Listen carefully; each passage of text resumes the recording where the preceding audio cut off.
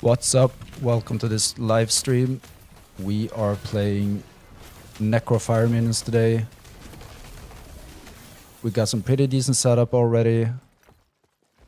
We're trying to go for a damage over time build with Ignite. But for now, we're also doing a little bit of critical strike.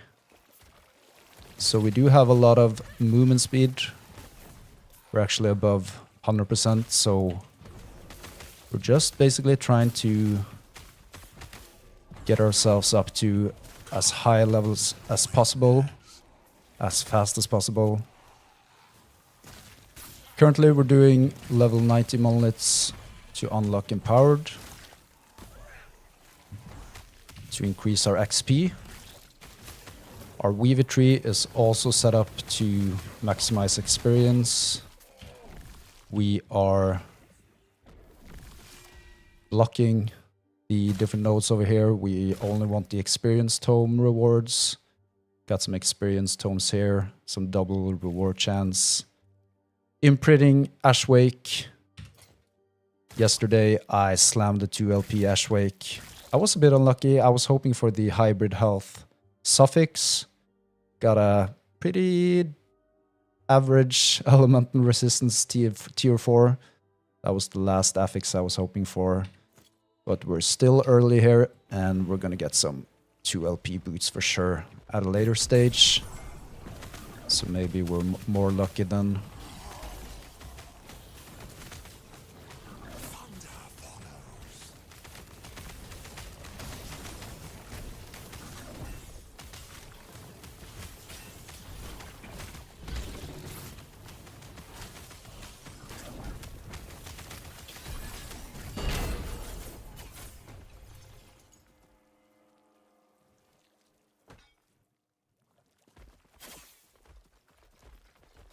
So what is the current plan here? We are going down here to get the additional mage.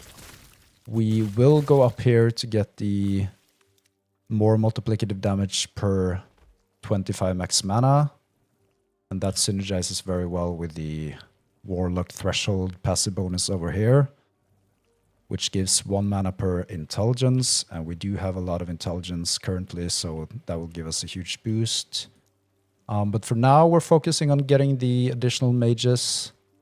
We're going to go for this one and also the passive bonus, the threshold bonus of this node to get another one as well. So we'll have 5 mages. So that's the current plan. I think we're going to pump 2 points in here and then 1 point in here. And then we're going to go for the Forbidden Arcana. This one, we'll just wait a little bit. We could spec into this one and just go pure damage over time with Ignite, just to bump up the cast speed for the minions.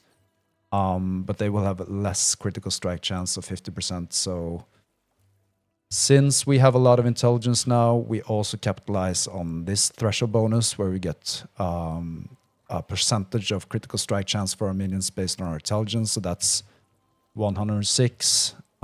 So for now, we're doing some crit damage as well.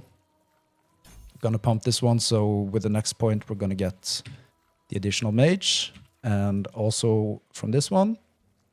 So that will be a huge boost. We're gonna wait with this one for now. There aren't any kind of really huge good candidates here, so we'll just keep this point for now. And we're doing XP tomes, echo rewards as much as we can. And we have imprinted False Temple into our Woven Echo imprint slots, just to get that huge echo with all the shrines to maximize our XP. So that's the strategy for now.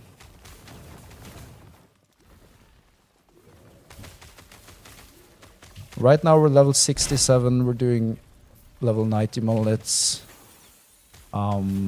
without any issue whatsoever. And we're gonna go straight to Empowered once we complete this timeline. We're not gonna spend more time here than necessary. I'm gonna go straight to Empowered and then I think the first thing we're going to do is try to get the increased experience blessing from the Fall of the Outcast timeline, where Abomination is the boss. Just to crank up the experience gained even more.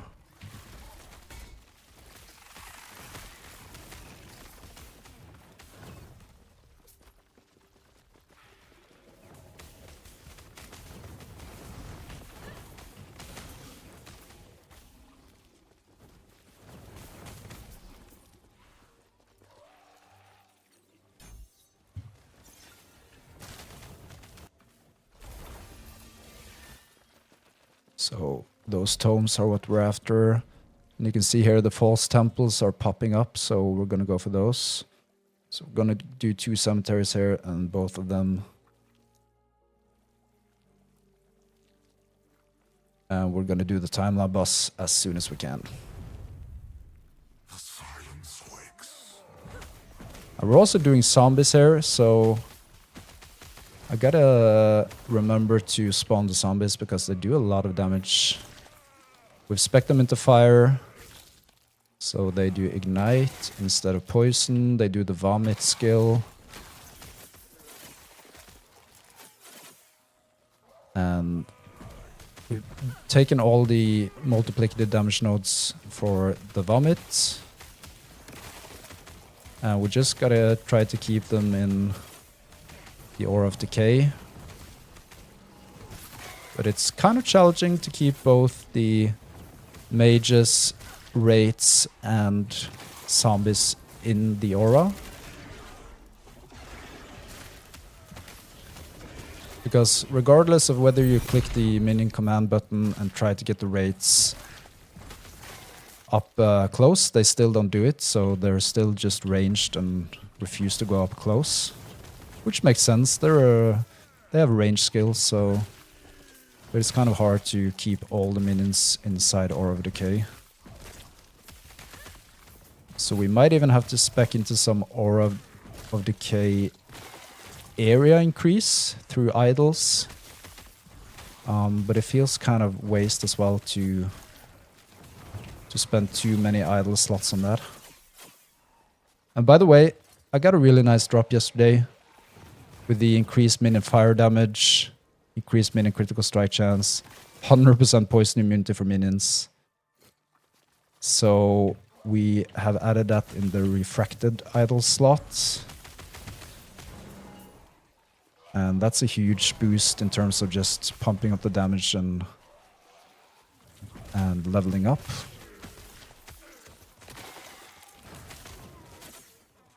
And you see the minions actually do crit quite a lot.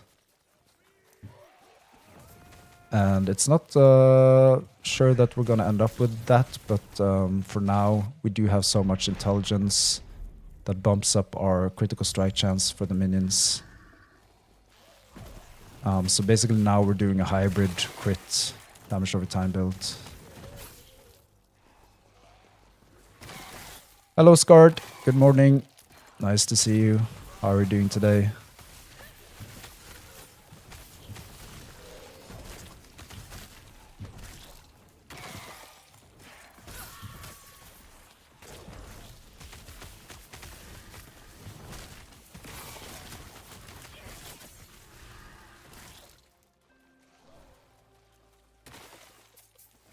You see the ward is actually quite decent as well for now because the zombies are exploding, giving us ward. We have the passive node giving us ward per second per minion, so we do have a lot of minions. We're gonna get more with the additional skeleton mages. So that's actually a huge benefit of doing a minion army instead of kind of having fewer larger minions, because you do get a lot of ward per second the more minions you have. But I'm also kind of thinking about doing something completely different here. Maybe we'll do an arch mage. Maybe we'll do 3 dread shades with the more multiplicative damage node of dread shade that removes the area buff. There's so many possibilities. I haven't decided at all what the final build is going to look like. But for now, I'm not thinking too much about that as long as we're just demolishing everything here, which we are. And it's fun playing. So let's see what it ends up with. I'm not going to put any woven echoes in the non-empowered monoliths. And I also don't think we need to do too much here. Maybe we'll actually try to re-roll this one, I think. We just want the ward per second. With as high as tier as possible.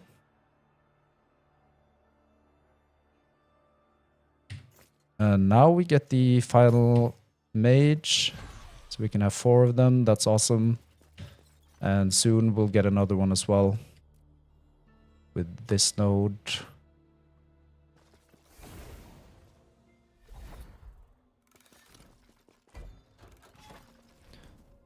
So you're leveling a new build, Scarred. What build is it? Are you done with the rogue? So we're gonna go down here and take the false temple. We're gonna try to do as many false temples as we can. Just pumping a lot of shrines.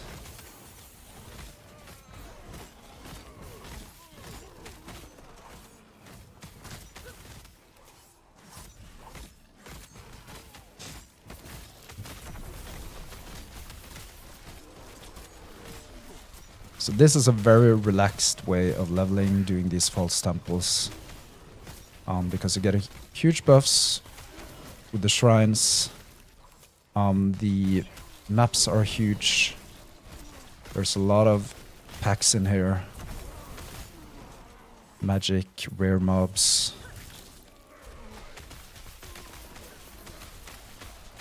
And it gives a lot of XP per minute. And you can even juice it up further if you place a lot of false temples in the Echo Web and then a Lostwood Folly in the middle.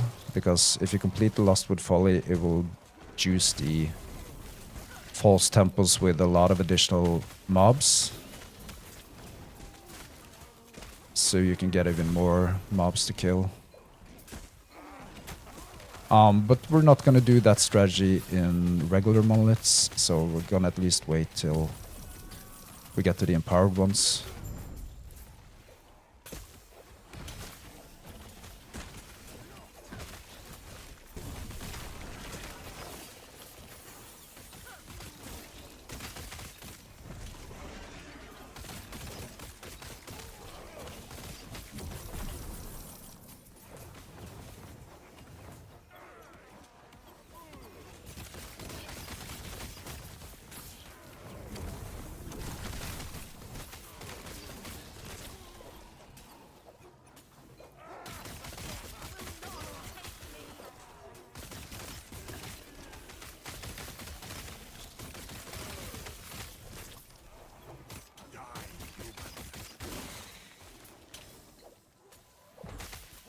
And I mean, our movement speed is just ridiculous, like the baseline movement speed even, without having haste or anything. We have a baseline movement speed of 104%. You can see now it's 134, because we have the shrine as well.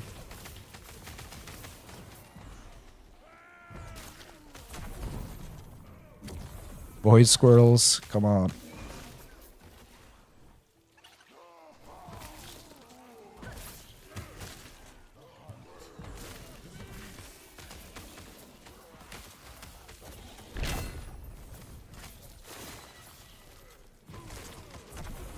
XP shrine, that's what we're after.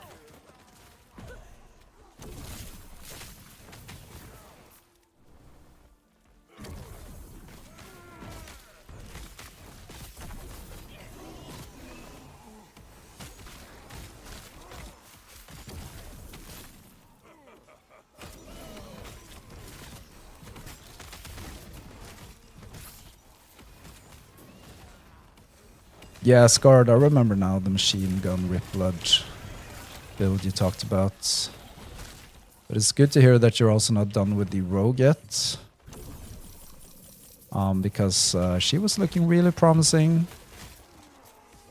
The video you uploaded about the Abroth kill, the damage looked pretty decent, so actually very good.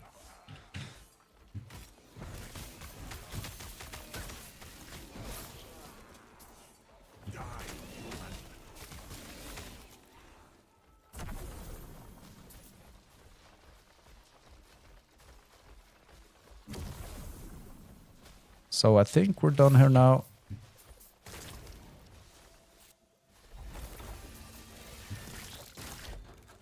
Then we're going down here and doing this one, I think. Or, yeah, we're going to do this one. There's so many of them.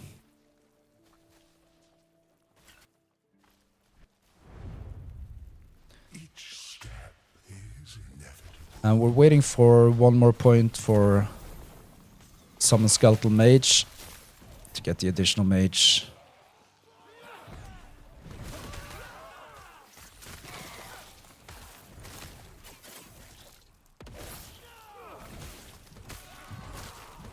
And maybe we'll turn the mage into a traversal skill.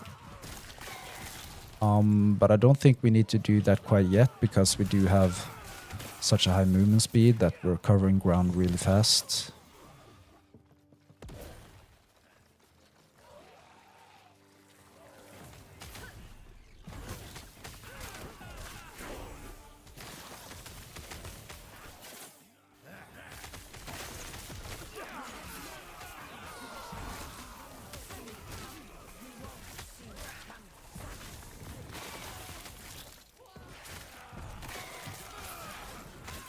The RNG gods are not happy with you, Scarred. That's not good to hear. But I do have kind of the same feeling sometimes where you just never get what you're after. Which makes sense because you're often not after a lot of different affixes. You basically maybe want like at most 10 different affixes, possibly less. And then obviously there's a small chance of that dropping. So I've actually found that most of the gear I slam onto uniques are gear that I've basically crafted. So either with Rune of Havoc or Rune of Redemptions. Because it's so rare to get a perfect drop of the affixes you actually want, so...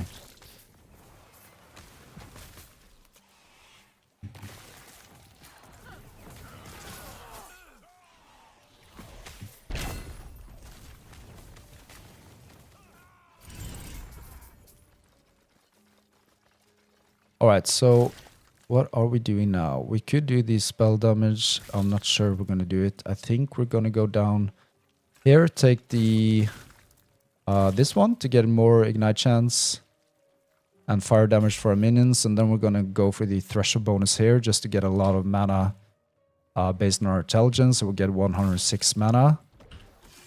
And why do we do that? Well, we're going to go up here and take the Forbidden Arcana node, giving up to 8% more multiplicative damage per 25 max mana. So that's 8 times 4. So that's 32% more multiplicative damage per 100 mana.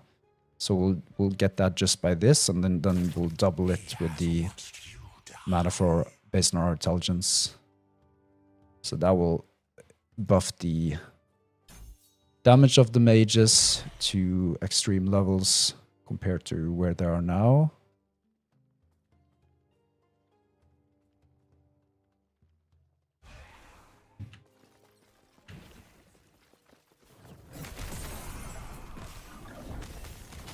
Yeah, I feel you, Scarred. And that's kind of the downside of having 3 or 4 LP items, because you never find an item worthy of slamming. You're gonna spend hundreds of hours before you're actually kind of happy with the item you're gonna slam, so that's actually the downside of having such high LP. because you feel like you have to do it perfectly once you slam it.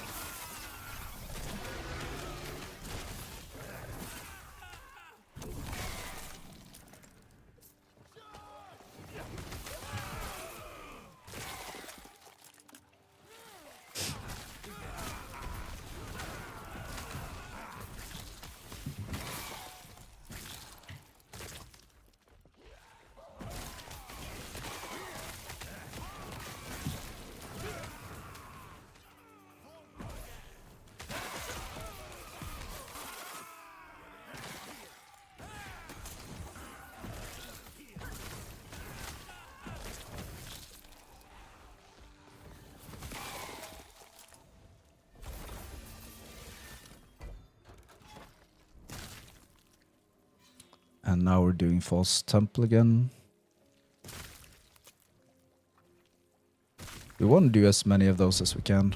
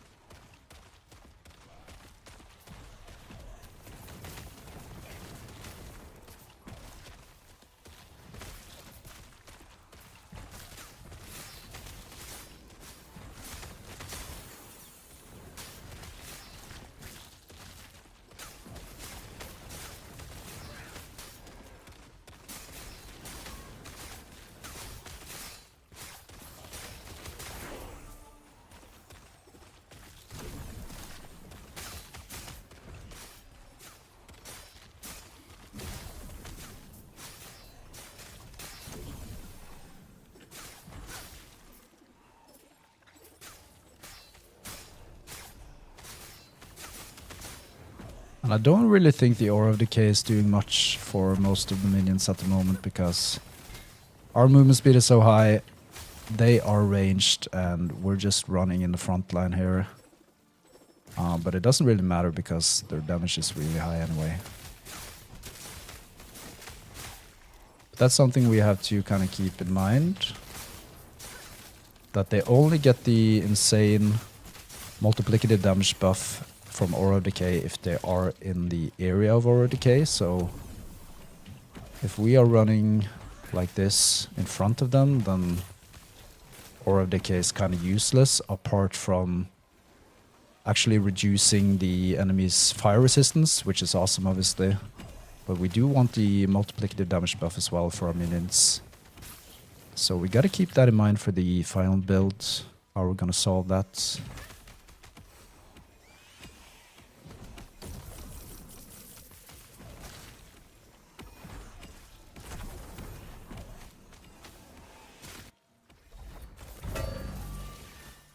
And we got some Ashwake imprint drops. That's awesome.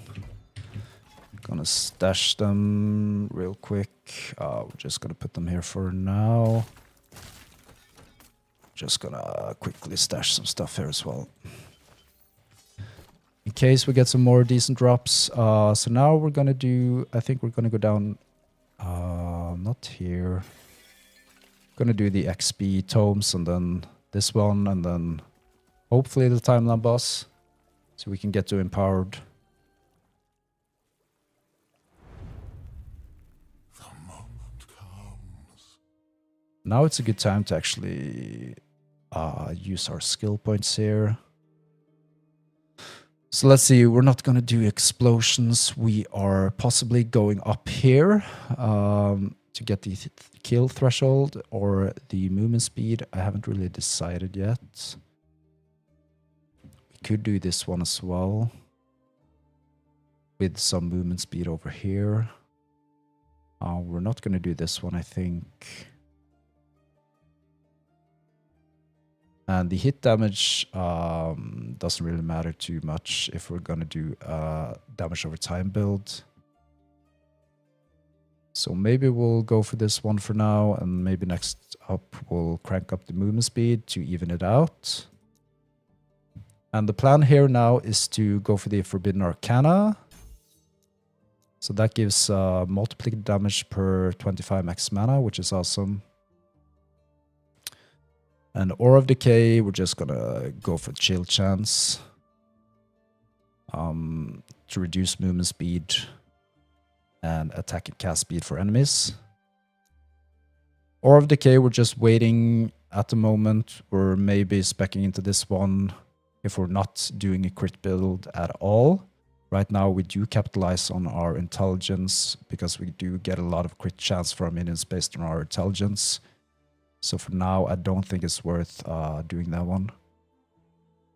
And also here, we're just going to go for the crit multiplier for now. And the plan up next, we actually do have a passive point here. So we're going to spec 5 points into this to get some ignite chance of fire damage for our minions. And then we're going to go for the threshold bonus to get mana per intelligence. That will be 106 mana, which synergizes very well with this node, because then the skeletal mages will get a lot of multiplicative damage based on our total mana. So that's the current plan, and we're just leveling as fast as we can. And we're trying to get to empowered monoliths, farming XP tomes, getting the increased XP blessing from Abomination up next when we get to empowered monoliths. Doing some false temple echoes.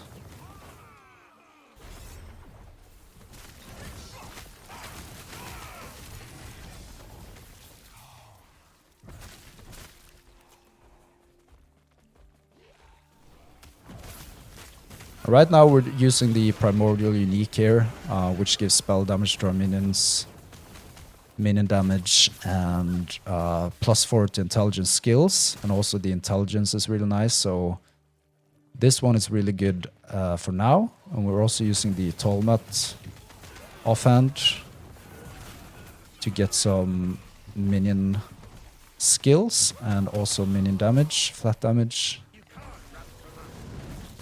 So that's serving us very well at the moment. But we're gonna try out soon the Dragon Flame Edict Staff, which gives a lot of minion ignite chance and minion fire damage, and also minion skill level. Because the current plan is to make this into an ignite minion build. So that's what we're gonna try first.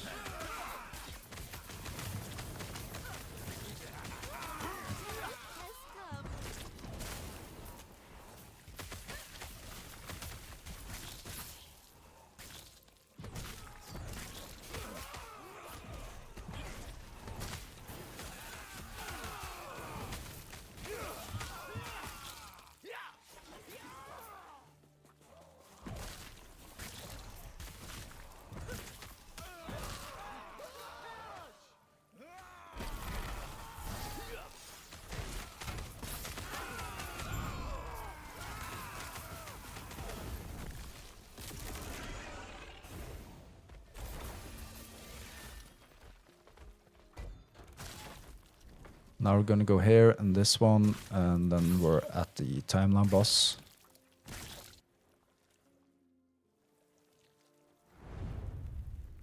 Your echo will break.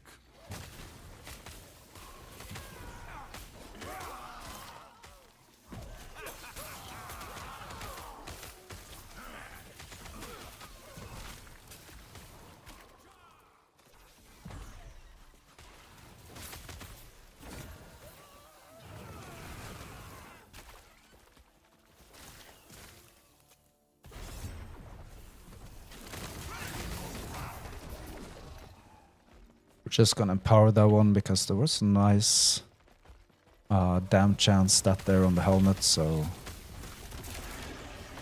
I might do a build that utilizes that stat at a later stage, so let's see where it goes.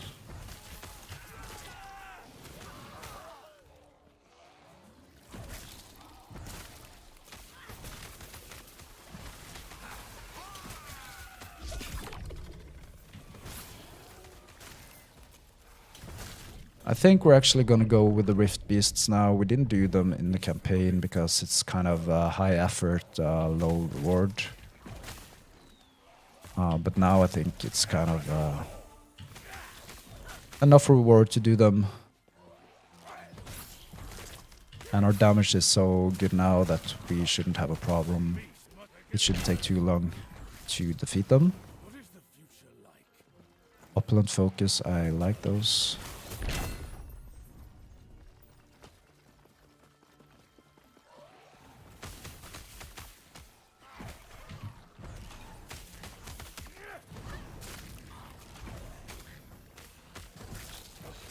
That extends her territory to the free.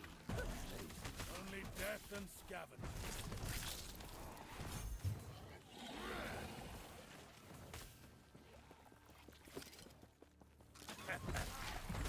What I'm really not looking forward to is when we hit a plateau, which we will do eventually, when we push high enough corruption with this gear, because then we have to give up all the movement speed. And even then, like 70% movement speed will feel like we're kind of walking when you're used to well over 100%. So that's kind of the issue with having such high movement speed while leveling, because everything else will just feel like walking afterwards. But at some point, we're gonna have to give up the movement speed. But for now, we're doing really well, so... we don't really know what the primordial item will be for this build. We're just gonna go for runes for now and follow that drop instead.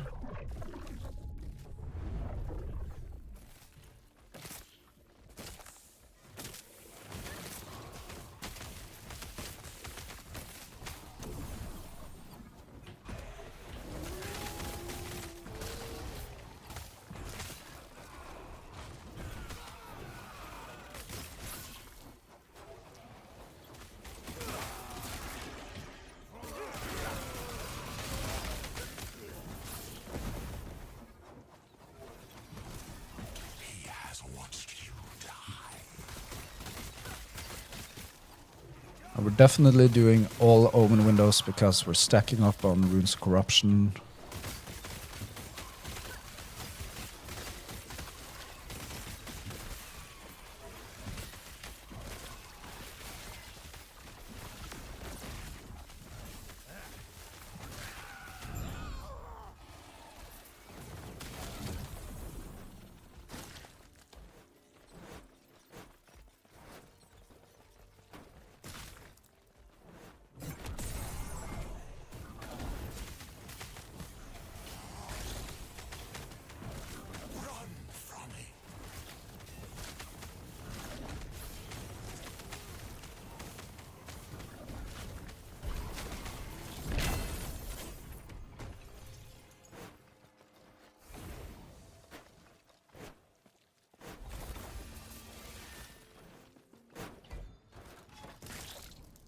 Alright, so we're gonna do this one, and then we're gonna do the timeline quests, and then the timeline boss.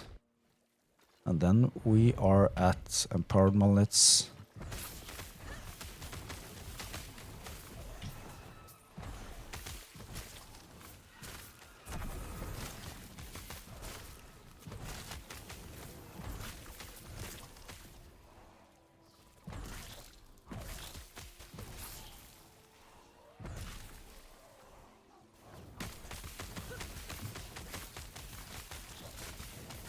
And actually, I think we're soon gonna trade away the gloves with the Raven's Rise gloves just to get some more minion cast speed and minion skill levels.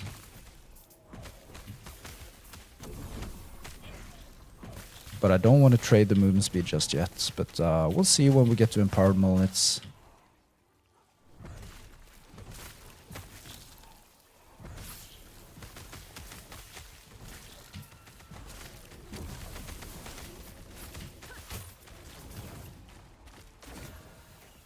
And we got the chance to apply down on hit up to tier 6, so that's good. So we're going to empower it again. Not after that stat for this build. But who knows, maybe I'll do a Witchfire build again, and we're going to need it. Because that's the most important stat for Witchfire.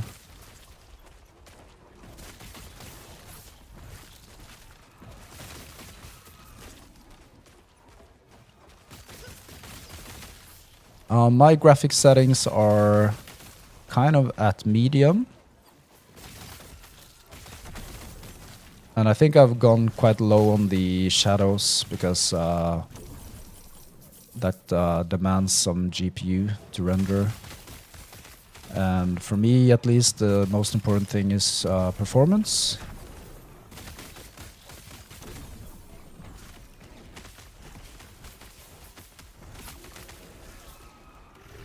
And I don't really think I have like a really great PC as well, so it's decent.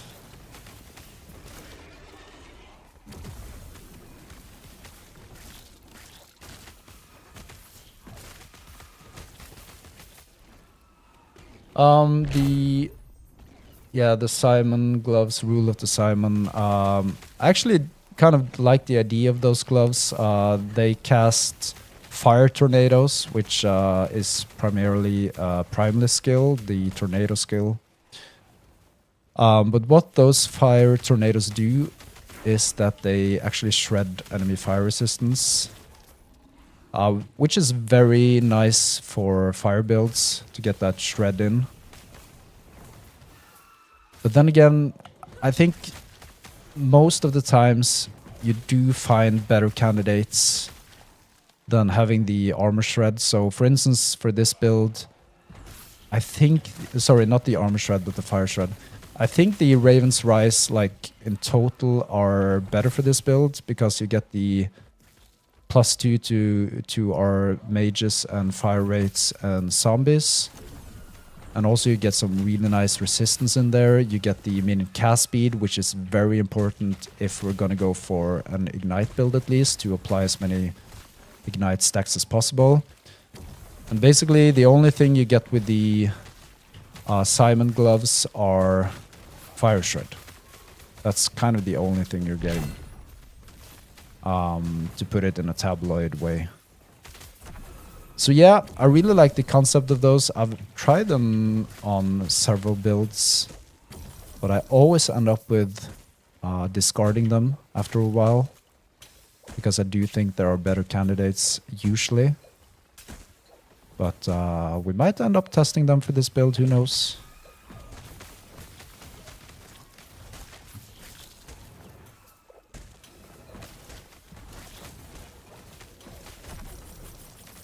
So you do have the Fire Shred Blessing.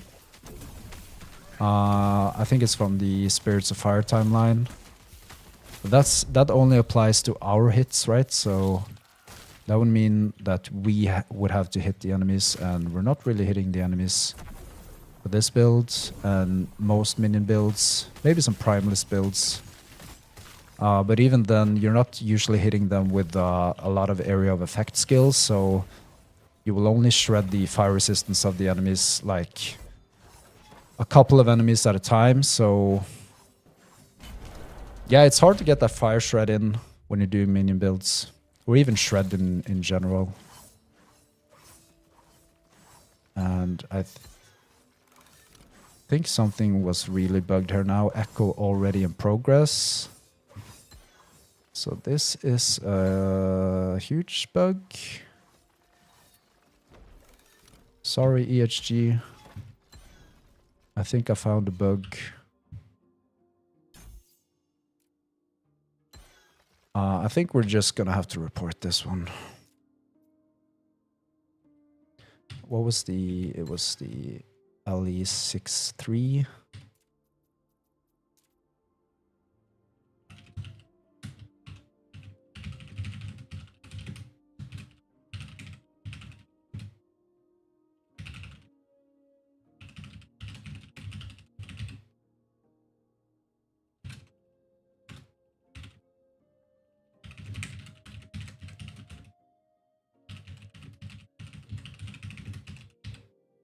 Right. I think we're gonna check this one. So that's actually something I encourage everyone to do. If you find a bug, it's very easy to report it through the menu here. Yeah, Scarred, you've also encountered that one. I think I've encountered it like one time before. But it's very rarely that you see it. So we're gonna have to leave the game. Unfortunately.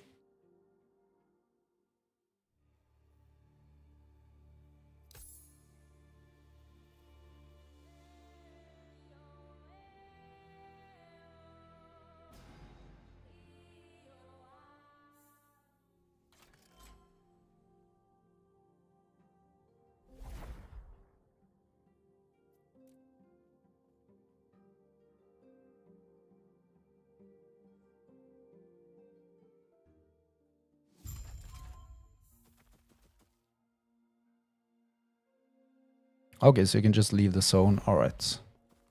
I'll try that next time.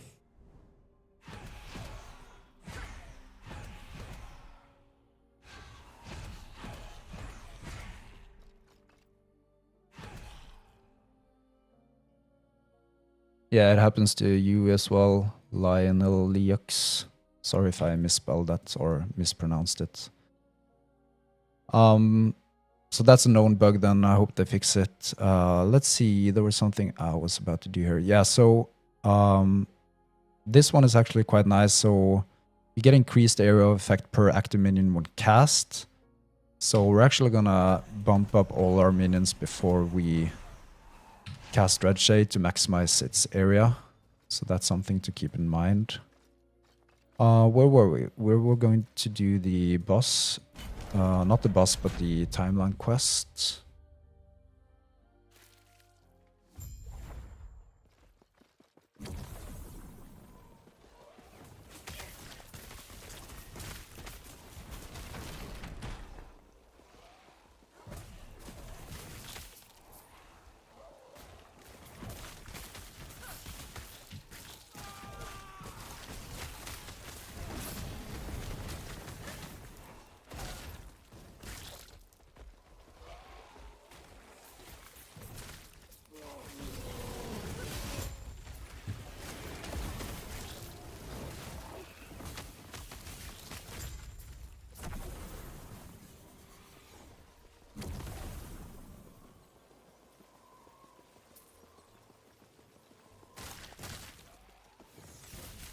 And I'm going the wrong way here, but wasn't it blocked up there?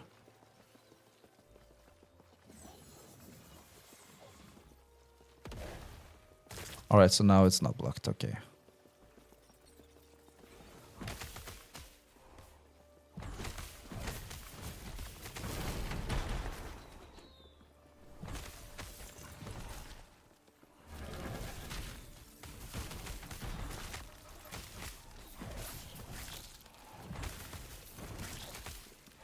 MC, you're planning to do an Ignite Bee Falconer. That sounds awesome.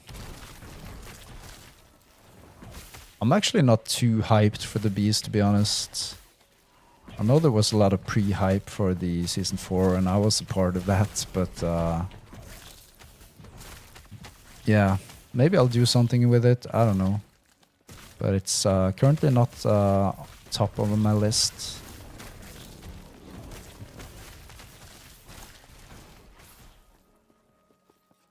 And I'm a little bit disappointed that it's actually quite hard to scale the bees for hit and crit builds, I think, because you have the one-handed mace that you need to wear in order to get the third set item bonus, and then the one-handed mace doesn't have any flat minion damage on it, so you cannot add that onto it. You only get the minion penetration, which makes it a little bit hard. And if you look at the queen bee, she actually looks more like a bee Hulk, I think, not a queen per se, unless that's kind of the bee's perception of a queen maybe, but she definitely looks like she can hit quite hard, but it's actually quite hard to scale the hit damage, I think, of the bees, so... And I think for a Beastmaster at least, it's out of the question, the way I see it, because the Beastmaster is so companion-based. It's hard to scale other minions apart from companions. Like, obviously you can make a build work, like, at a certain corruption level and possibly doing Aberoth if you got some time and stuff like that, but you kind of want to make it a little bit better than that as well, so...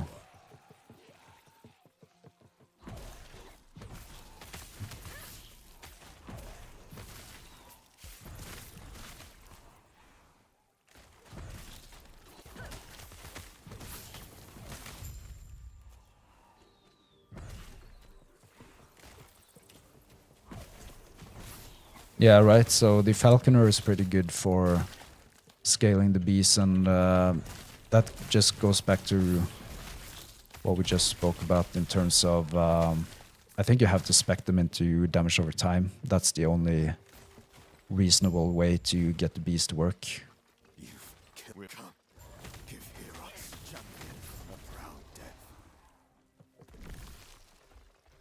Which is fine. I mean, I have nothing against minion damage over time builds. We're actually trying to do one now, so...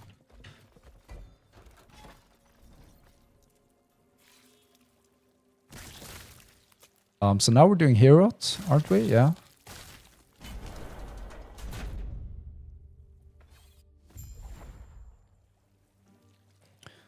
So let's start with a fresh army here. You don't want these half-dead minions running around. We're gonna juice up our zombies to max limit before we go with Dreadshade. And gonna have Dreadshade on our fire rates. And we're good to go. Activate Aura of Decay. And now the question is, do I stand up there to reduce the fire resistance, or do I stand with the rates? Hopefully maybe in the middle here, so that all of the minions get the buffs. He's already dead.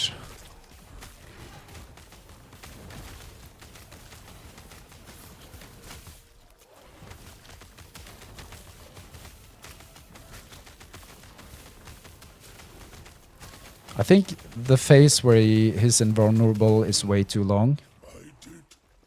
And I think it's the same with Lagon. The phase where you have to kill the tentacles is way too long and kind of boring.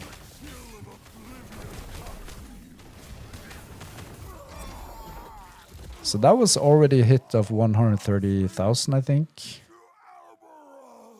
So at least we're doing some progress here. It was obviously a crit hit.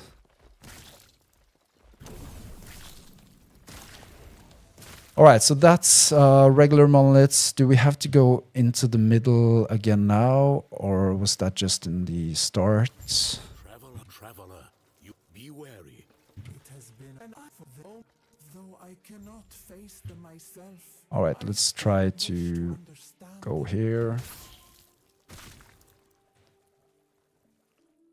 Yeah, I agree, Scored. I mean, if you kill the gun, then why do you have to go into the second phase? Well, I think it's been mentioned by the devs a couple of times that they really don't want people to one-shot bosses, like having boss fights be done in split second. Greetings. So I think that's kind of the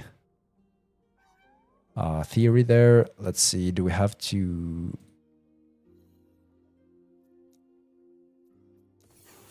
Yeah, we have to do the timeline first. Mistakes can be undone, but the lesson remains. So we're going for the increased experience blessing. That's kind of the top priority.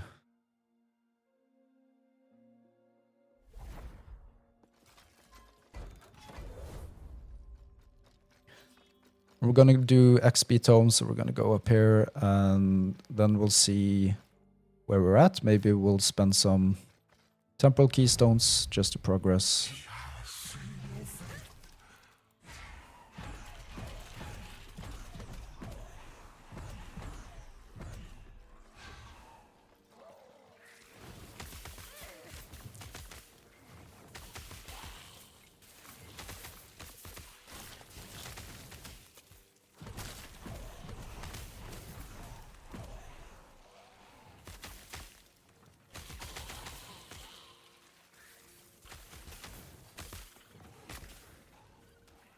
And as you can see here now, I don't really think the movement speed is doing very much because we still just have to wait for our minions anyway, so Witness fate.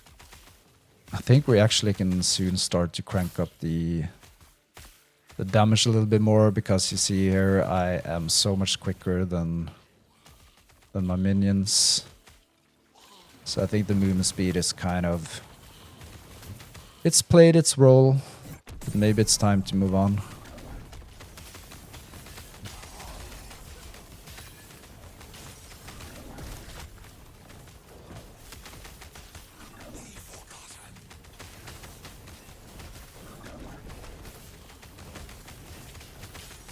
Oblivion follows you. And we do get some minion movement speed with the Raven's Rise gloves, I think, right? So maybe we should just go ahead and equip those. I don't remember the level requirements, but I think we're in the clear there.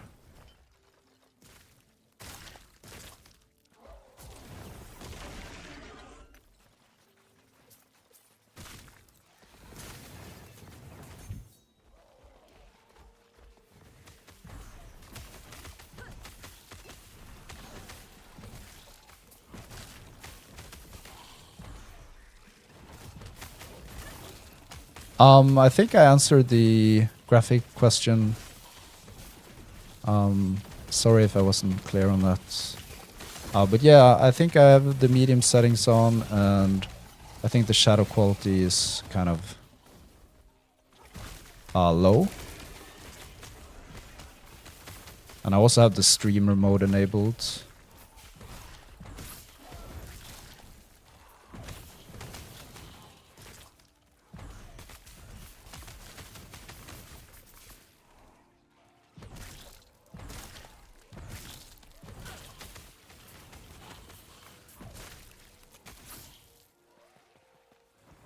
Yeah, we're definitely gonna switch to at least the Raven's Rise gloves, that's for sure. We don't need this movement speed anymore.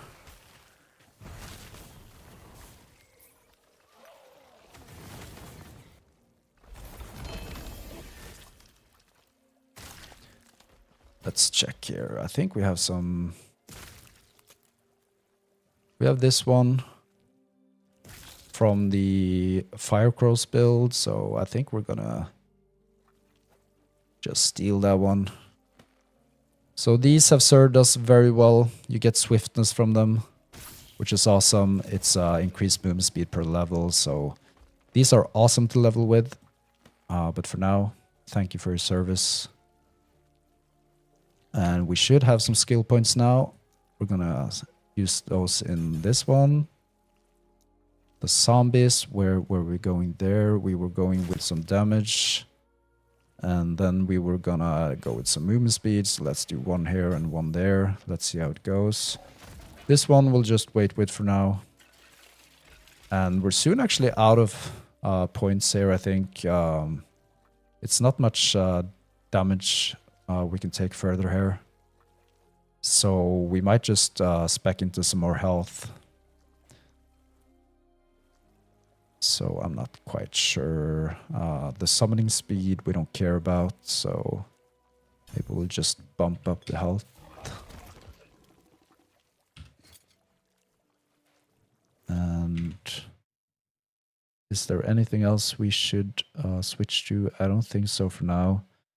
The Dragon Flame Edict is not available until level 81. Do have this one, which is kind of nice for now at least. Some increased armor and the volatile zombie damage and movement speed. So we'll just keep that one for now. But we might actually go with Aaron's Will at some stage. And we're gonna do the False Temple Woven Echoes.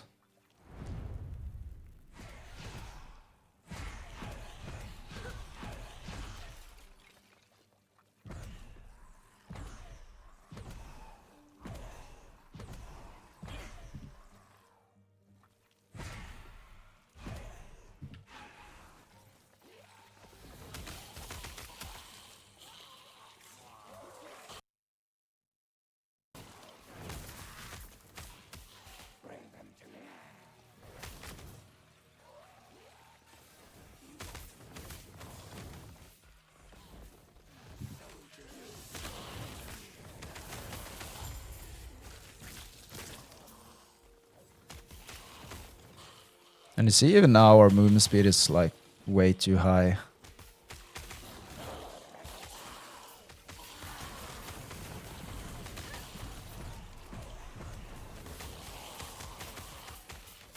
So I think we'll even switch up our rings soon.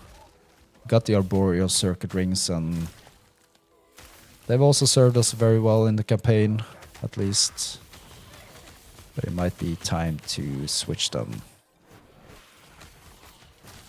And I think like currently the rings we might go for are the Phantom Grip rings, just to get the skill levels to our minions. But we might actually play around with the Aaron's Will body armor as well to possibly spec into some golems once we get to a higher corruption level, and we might need some more tankiness and threat generation.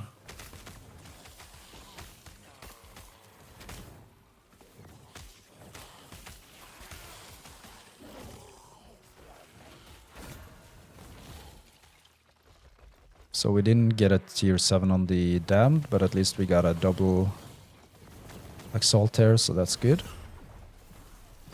Possibly gonna use it for another build.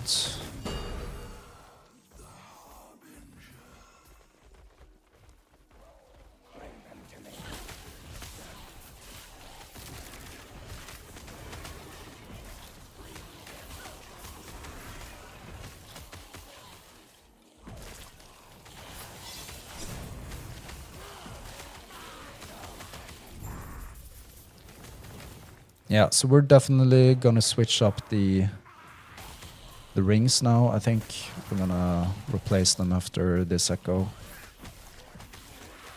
I do think I got some nice Phantom Grip rings that gives +4 to minion skills in total, which will come in handy.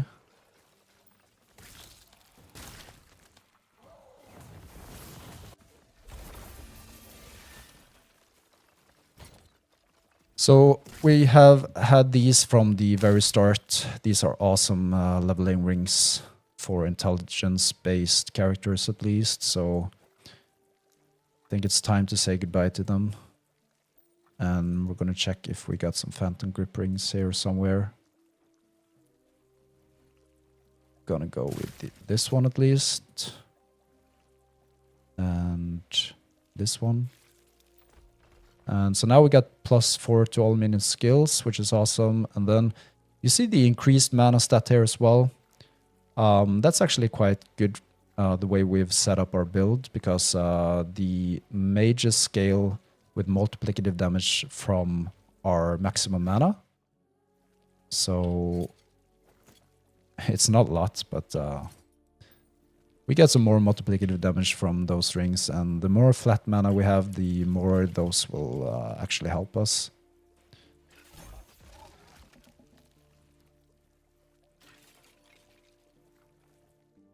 We're gonna go with this one, damage and movement speed.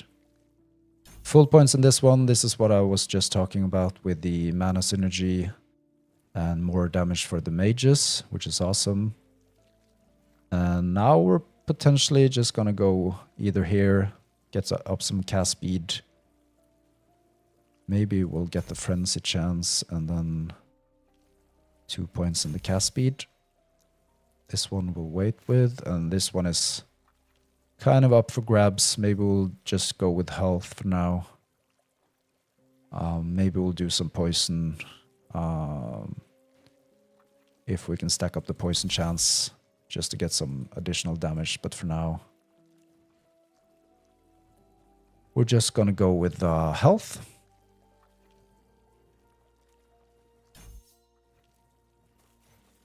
And sorry to say, but I think the fire rates are the first one to go in this build. I think we'll keep the zombies. We get so good synergies there in terms of ward and also damage. The mages we'll keep for sure. We want them. We want the Forbidden Arcana. And I think the fire rates, I mean, there's just not enough damage here, at least for damage over time builds. If we're going to go with crit builds, then we might consider keeping those. But I think these might be sacrificed for Golem when we get to higher corruption, at least. For now, they're very good damage dealers. But we'll see. Ironbound Soul. Nice to see you today. No, I do not stream on Twitch currently. Just focusing on YouTube for now. But it's highly likely that I will dual stream on Twitch eventually. But for now, we're just doing YouTube. So you see, we lost quite a lot of movement speed.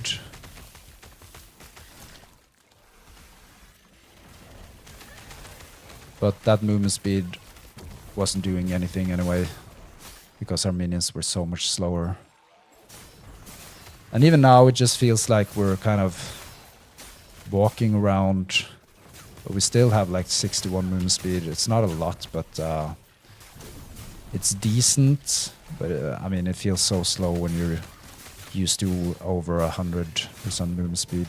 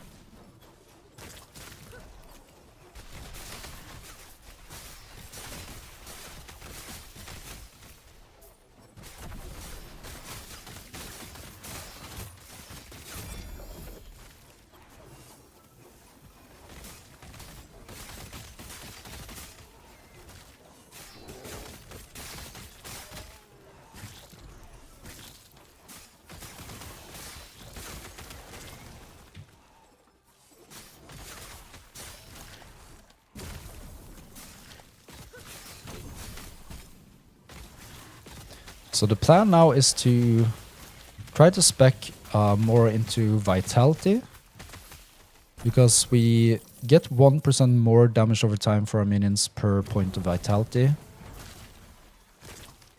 And we want that more multiplicative damage because that's a huge multiplier. So if we end up with like 80 to 100 vitality, then that's a lot of multiplicative damage for our minions. And I died from the explosion. And obviously you also get 6 health. Got the Ashwake boots. 6 health per vitality, and also poison and necrotic resistance. Where did we put these ones? I think it was here.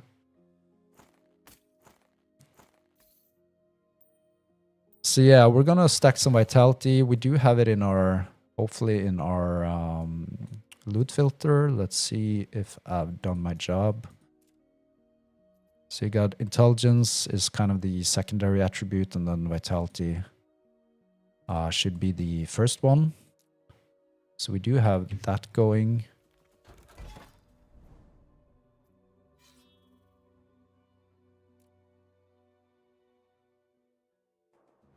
Just to show you real quick, this is what I'm talking about. So here you get more minion damage over time per vitality. So that's what we're after.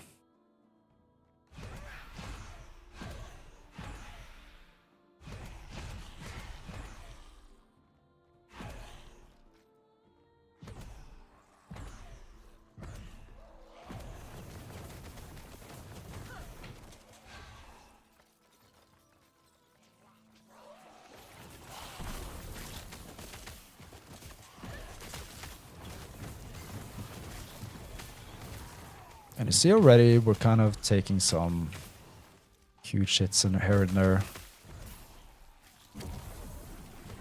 And that's why I think we'll lean towards maybe including a golem or two once we get to a little bit higher corruption.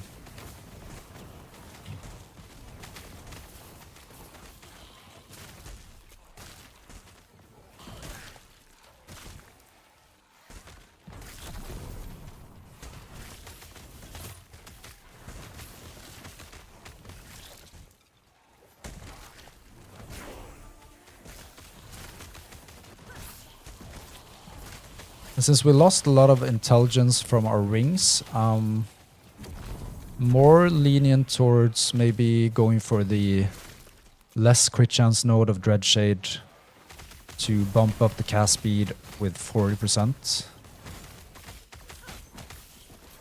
To inflict much more ignites. But you see there are some crit numbers here still, so...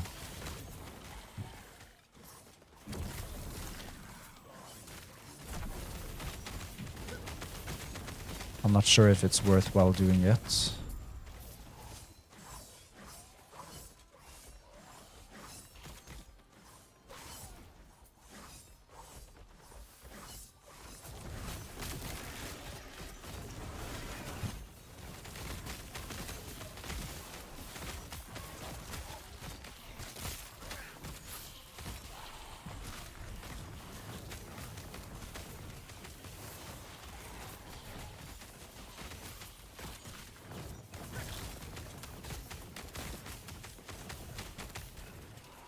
And I can't get rid of the melee wraith here.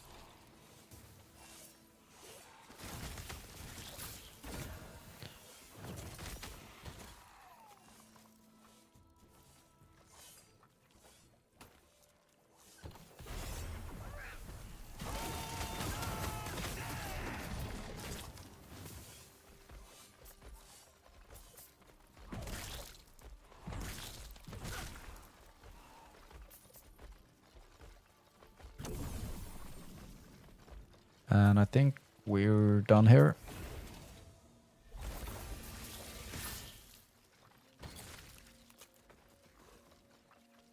Medium fire damage, maybe.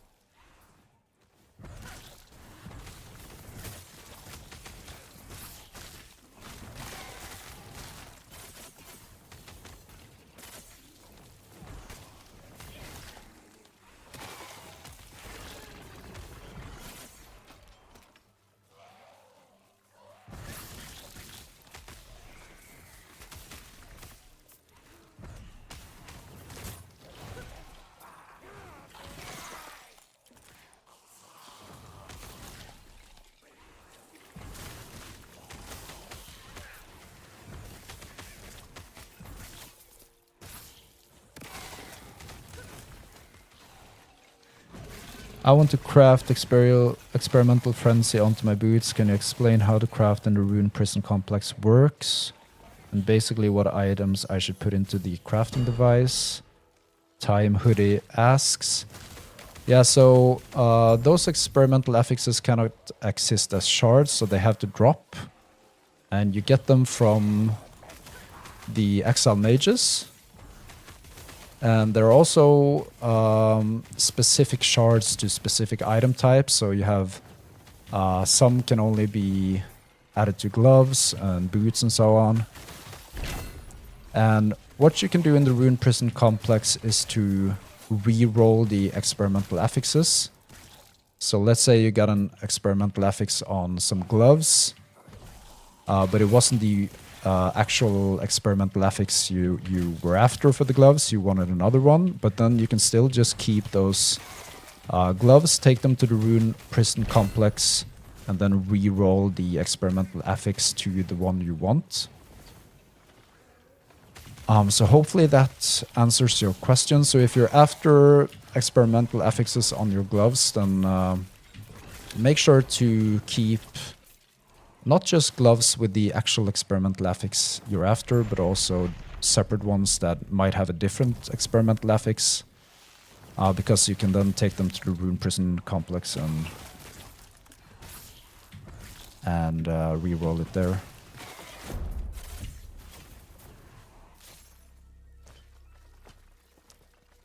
I very rarely use experimental affixes for my builds, so if I said something incorrect there, I apologize, but I'm pretty confident that's correct.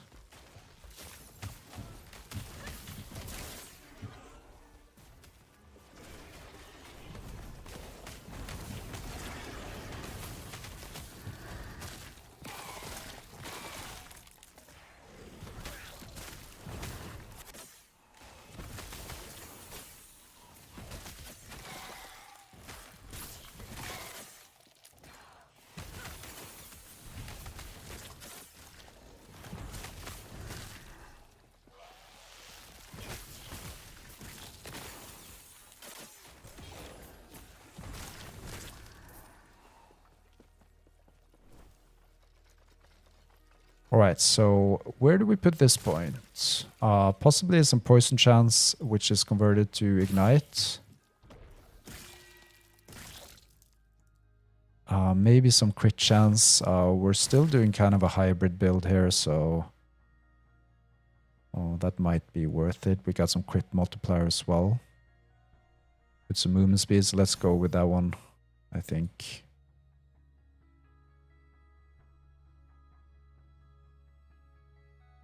Maybe some leap. I don't know about the hit damage. Got all the points we want down here. The armor shred doesn't really matter too much for damage over time.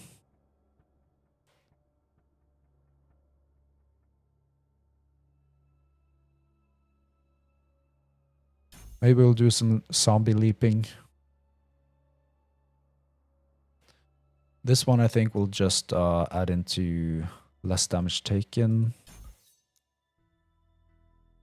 So this is kind of what we're thinking about maybe spec into. I think we can try with that node.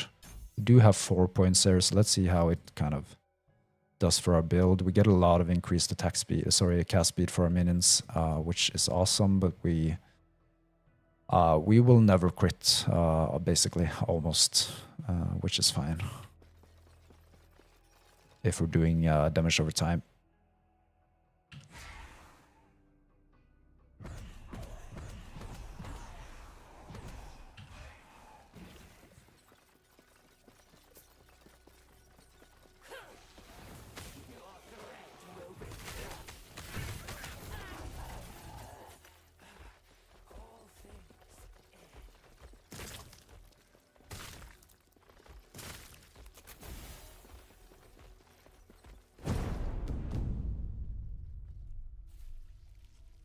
I think we're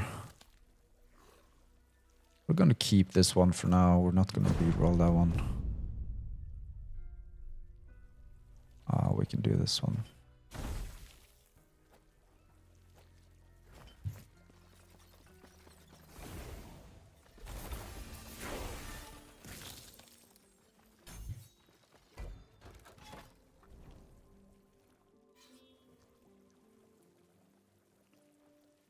Gonna do this one up next. And then when we're out of false temples, then I think we're gonna use temporal keystones just to get down Abomination. And we do have a guaranteed 7% increased experience blessing that we can respec to. We just gotta complete the timeline first. So if you don't get it from the actual boss, we can just go back and get it there.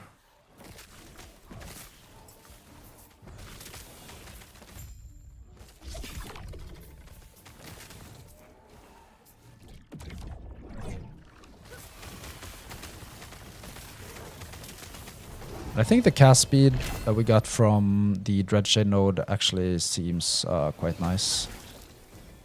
And you saw that there was even a crit there. Do we have a crit shrine? No, we don't have a crit shrine. I don't know why we're seeing so many crits. And we're gonna check what the Nemesis did for our Ashwake boots. Elemental resistance, that's haunting us. We actually do have elemental resistance on our current boots, which we slammed yesterday. Was a bit unlucky. We got the affix that we didn't want for the second.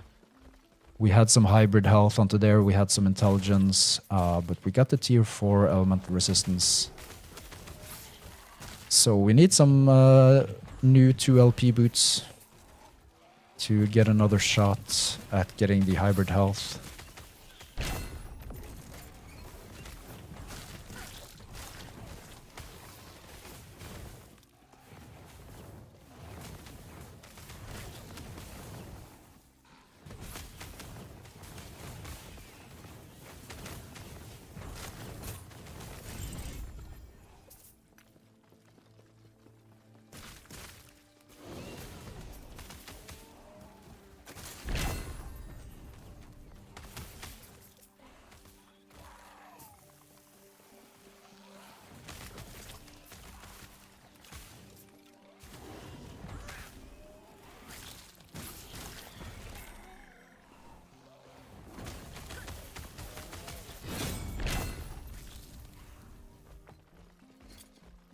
So here we got a tier 7 vitality. That's quite awesome. I think that actually might be an upgrade. We should craft it. So vitality gives us 1% more damage over time to minions per point. So with the perfect tier 7 roll, we can get 24% more damage over time for minions. So that's multiplicative damage, which is very important. So yeah, that's what we're trying to do. We're trying to go for vitality on this build. If it scales properly, we'll see soon enough. That's at least the theory we're going with. And I can't really see that it shouldn't scale very well. And I always love stacking Vitality as an offensive and defensive stat because you do get that 6 health per point as well, and necrotic and poison resistance. And necrotic resistance is also very important for this build to generate ward as well, because we do plan on using the Bone Clamor Barbit helmet, which we're already using, and is why we do have such a decent ward generation already.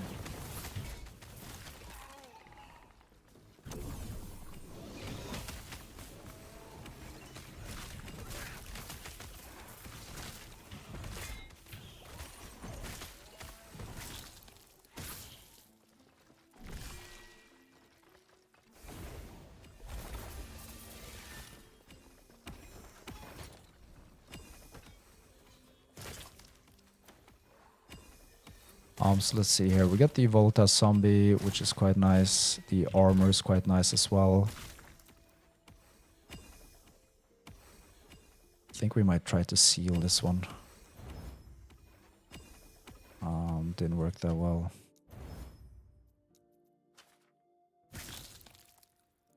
So we got the increased health at least, which is awesome. So these two stats are actually very good.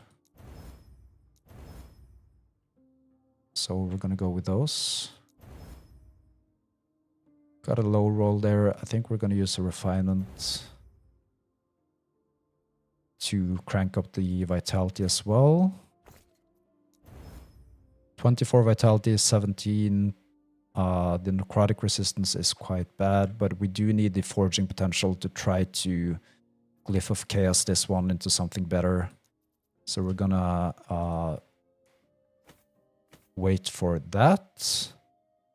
And then we're gonna add the Chthonic Fissure affix into... where's that rule? This one, the Rune of Shadow rule.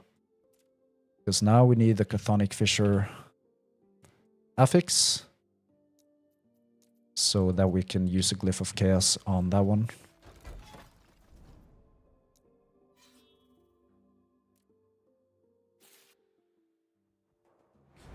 So this one actually cranked up our health. I think it was at, let's see here. We were at 1,590 and now we got to 2,000. So that's 500 health almost. And the vitality gives us a lot of necrotic and poison resistance, which scales with our ward as well, the necrotic resistance. And we also got 24% more multiplicative damage over time for our minions, which should crank up our damage quite a lot as well.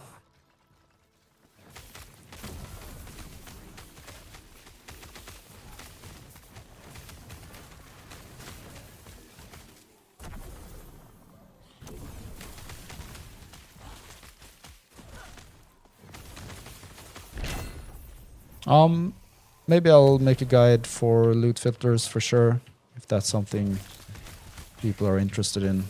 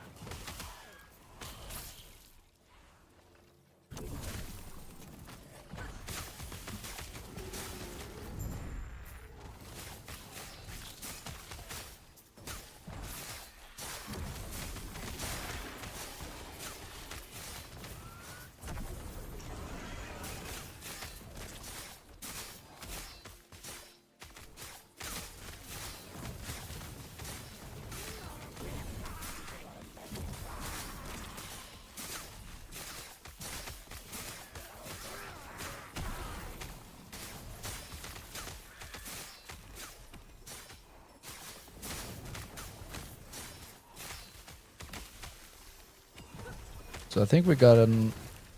Yeah, we got an Ashwake Boots in here. Elemental resistance. Don't think we'll even bother corrupting that one.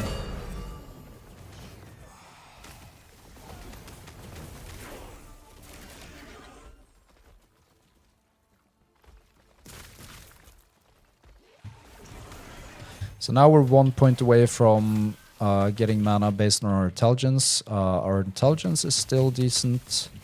76, so that's 76 mana. And that synergizes very well with the Forbidden Arcana node of the Skeletal Mages. That gives 8% more multiplicative damage per 25 max mana. So that will give us like 8 times 3, so 24% more multiplicative damage, I think.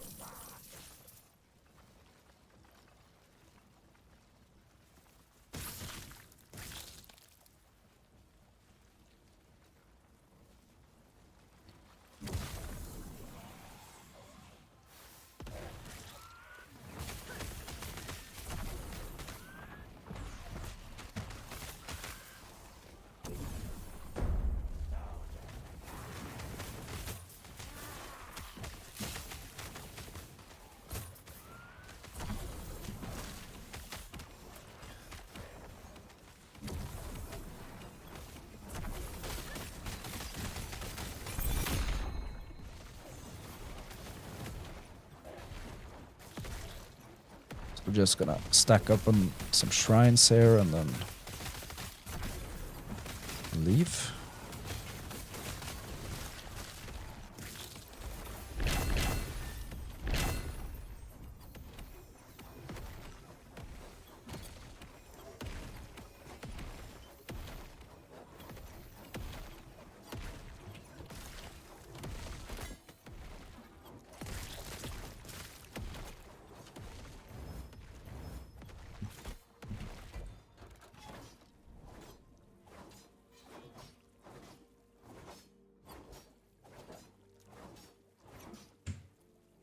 So we're gonna do the 2 XP tome rewards and then do the boss.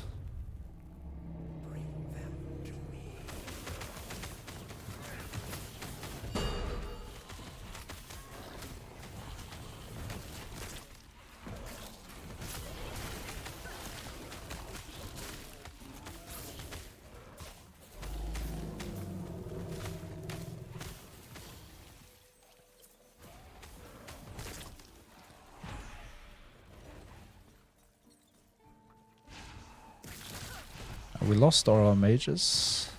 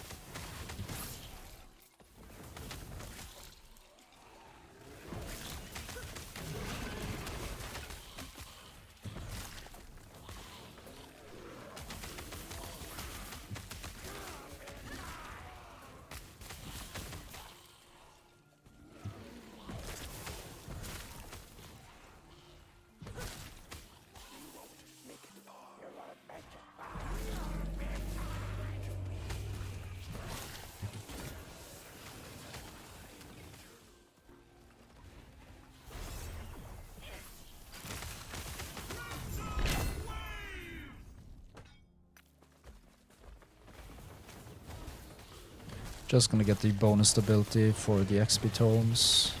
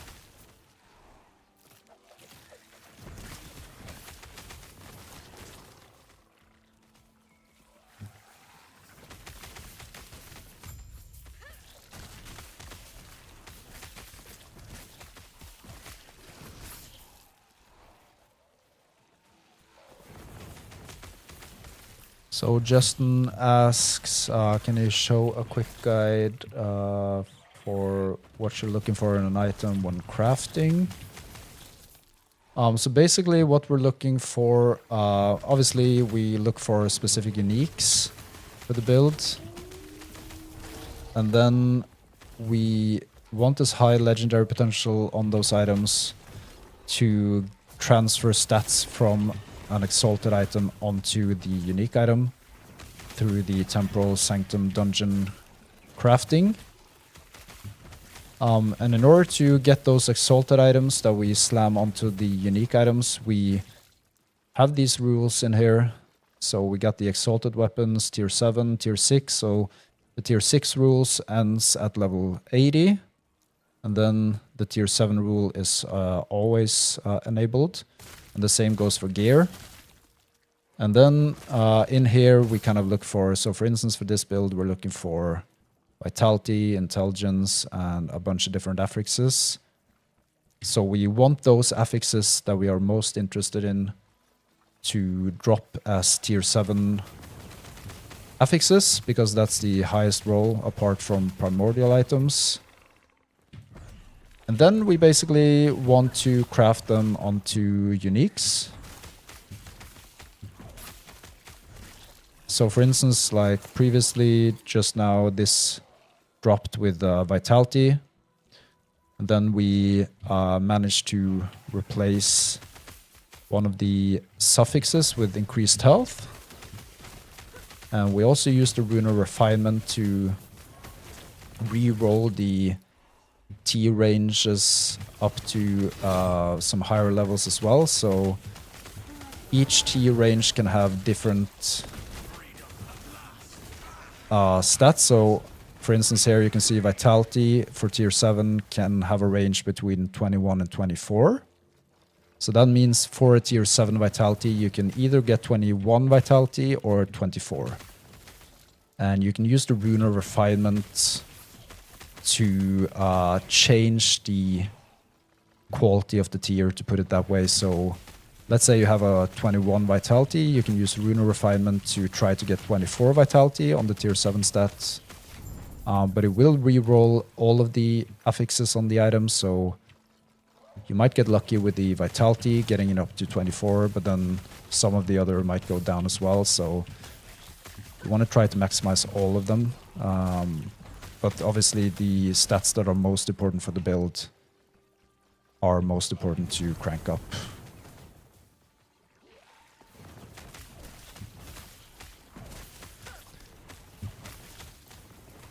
And I also have some rules in my loot filter that just looks for some tier 7 gear, like in general. Especially rings and amulets that take up very little stash space. And why? Because you can also use runes of redemption, for instance, to, so let's say we had used the rune of redemption on this one, then it would turn vitality into something completely different. Obviously, it could also turn it into vitality again, but that's a very low chance. So even if you get like good tier 7 items, especially if you get double exalts, then it's definitely worth to keep them, because you can always use runes of redemption to try to get the stats you want. And even if like we had a tier 7 intelligence here, we could craft onto a tier 1 vitality and then use a rune of havoc to try to force the tier 7 intelligence onto the tier 7 vitality instead. So that's also a possibility. So runes of havoc are actually, I think, the most powerful rune in the game in terms of crafting. I mean, you have rune of creation as well, which duplicates an item, which is very powerful as well, but that's more in terms of itemization, not crafting, I think. So it's very often that I get the exalted items I need for slamming by using runes of havoc. It's very rare that I actually get a perfect drop for what I want to slam, but I might get like a decent drop. Like maybe I get a tier 7, a tier 6, and then I craft them to get them very good for my build. So if you're just walking around trying to get that perfect drop, discarding crafting altogether, then I think you're gonna have a hard time.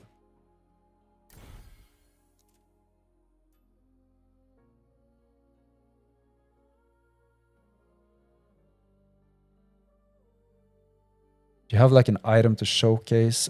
Can you please be more specific in terms of what to showcase? Then I can definitely try. I did try to kind of theory showcase with this one, but I understand it can be hard to follow unless you have a practical example.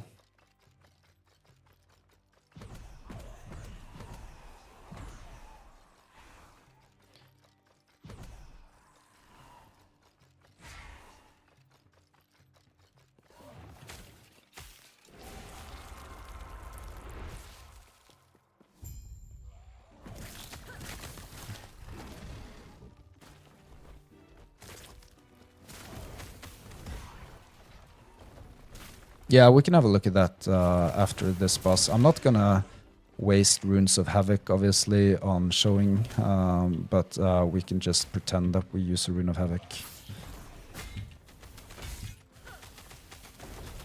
But we'll soon also get to where we're actually gonna craft some weapons for this build. Most likely Exalted Staffs, because we're gonna try using the Dragon Flame Edict.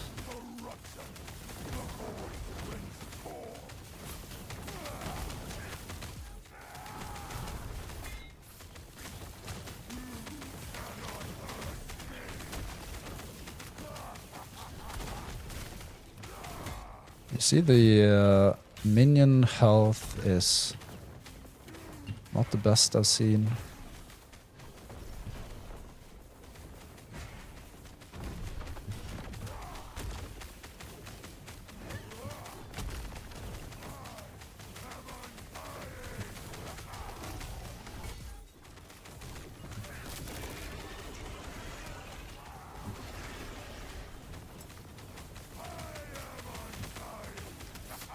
And I didn't even have Aura of Decay enabled.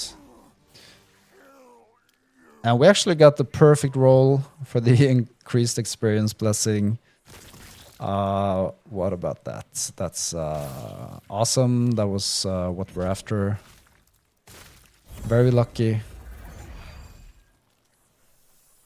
That was the only reason we went for this one first. So now we are getting the threshold bonus of this one. So we get 1 mana per intelligence. That will be 75 mana. So we'll see, sorry, 76. So we'll see this cranked up to 197 once we get it. And 76 additional mana will give us around 25% more multiplicative damage for our mages, which is quite nice. Let's just pick up the stuff here. So let's see. Our mana will bump up now, 208. Because of the increased mana we have, obviously, for our rings as well, then we get it even higher. So I think we're looking at maybe over 32% more multiplicative damage for our mages just from that node. And I'll be back in 1 minute.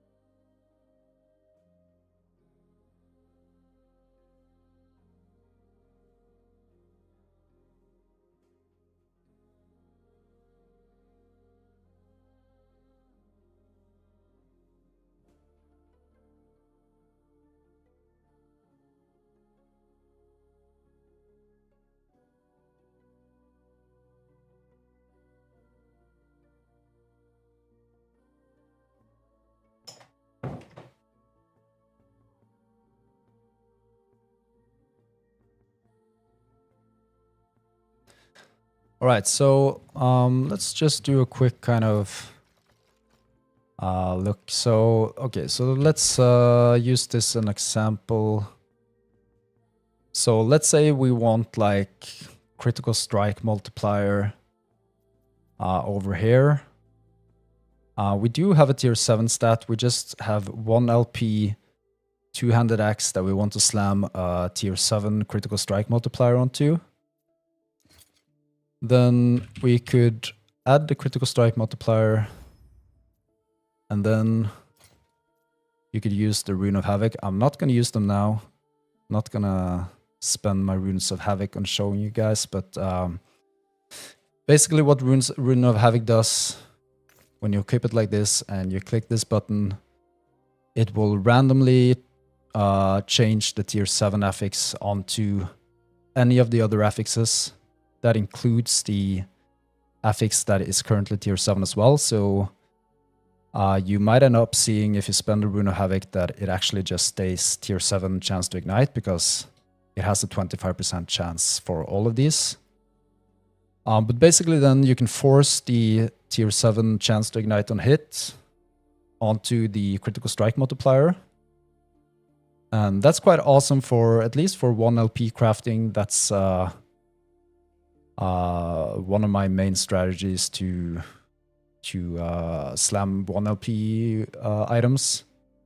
But then you would, so let's say you're looking for something else here, you would either use a Rune of Removal to hope that you can remove now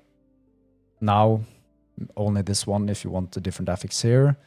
But what's very powerful, let's say you also want, let's say you have a 2 LP unique 2-handed axe, and you also want attack speed, which is a prefix. Then you should use the Glyph of Despair to try to seal this affix, which will transfer it down here. And the lower the tier is, the higher the chance of the seal happening. So that means if you have a higher affix than tier 3, then it's very unlikely that you'll be able to seal it. But tier 1 has a very high probability, tier 2 good probability, tier 3 decent, tier 4 kind of impossible. So this one we should be able to seal like this.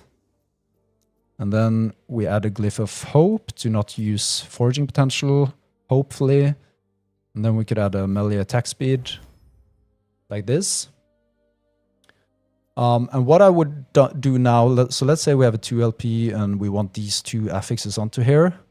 I would first try to Rune of Havoc over to the prioritized stat, which in this example is the critical strike multiplier.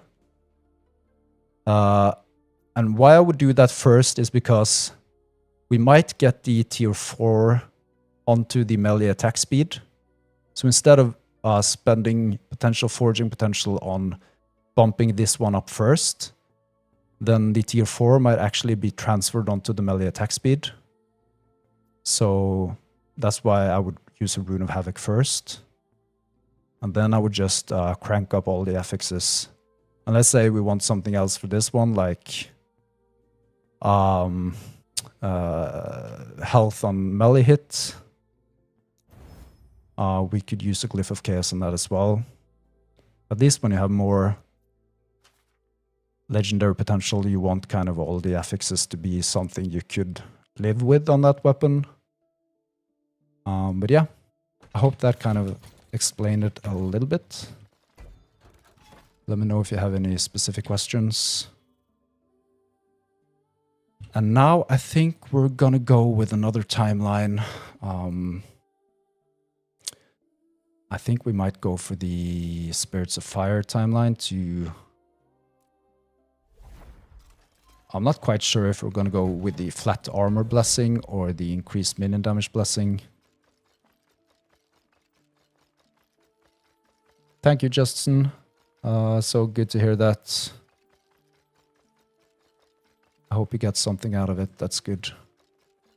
And we're going to go for the experience tomes. We're not going to go with chance to slow and hit. That's one of the worst enemy modifiers, I think. Pulsatorium, welcome to the stream. So nice to see you, my friend. Hope you're having a good morning. I hope it's sunny at your place. Here it's kind of nice weather.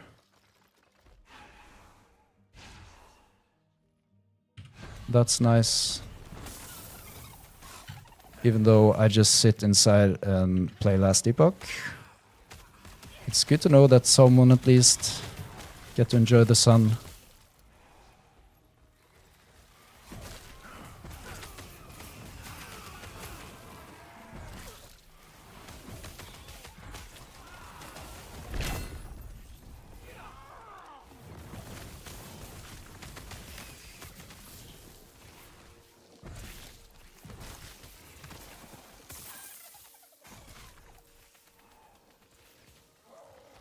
Yeah, so the Weaver tree points you get by completing Woven Echoes.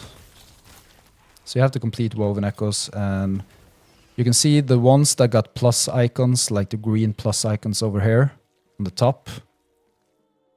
Those are echoes that you have not completed, which will give you a Weaver tree point. So look for the green plus to the top right side of the Woven Echo to see what Woven Echoes you should complete to get more Weaver tree points.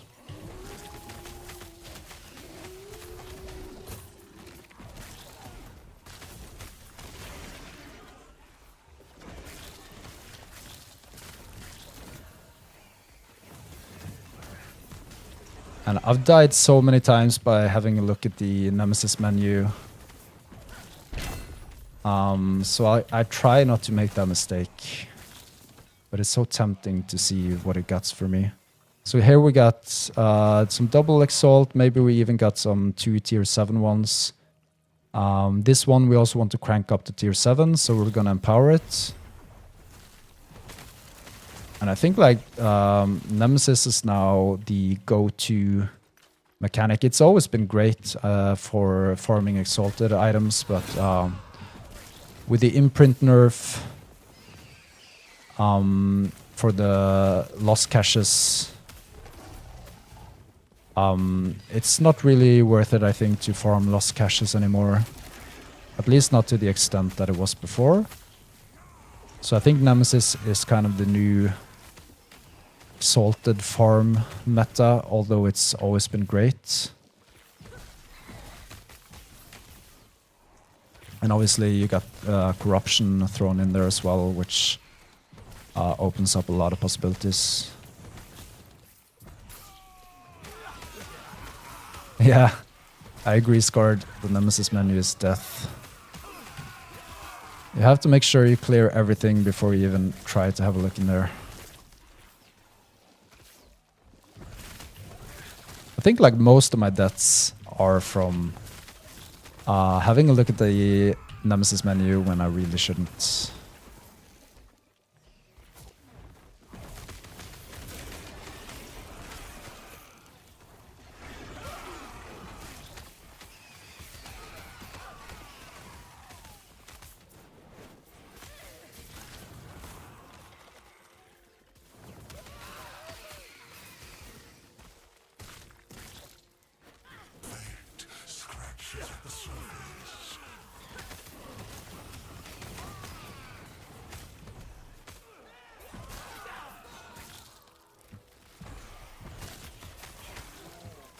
And I even think we might increase the corruption soon as well. Because it's very comfortable at the moment. And usually when I say that kind of stuff, I die, so I should be careful with saying that in the middle of an omen window.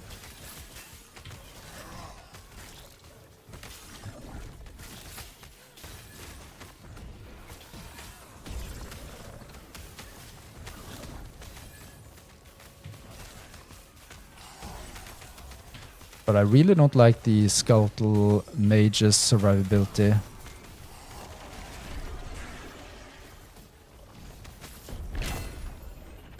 But I mean, that's the downside of having small minions in this game.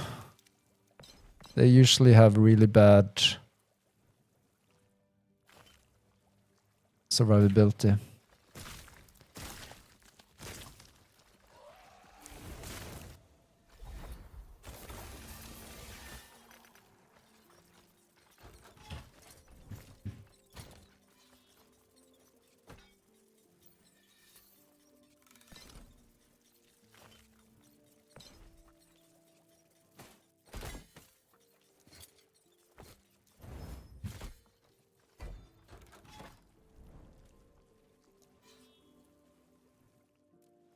For now, we're getting so much XP just by doing echoes and XP tome rewards here, so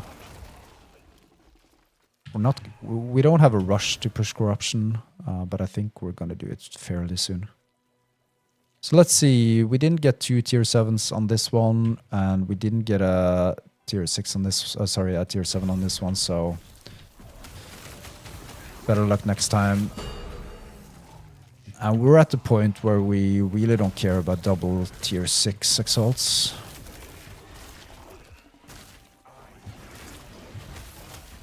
Because we're never gonna slam something else than a tier 7 onto a unique anyway.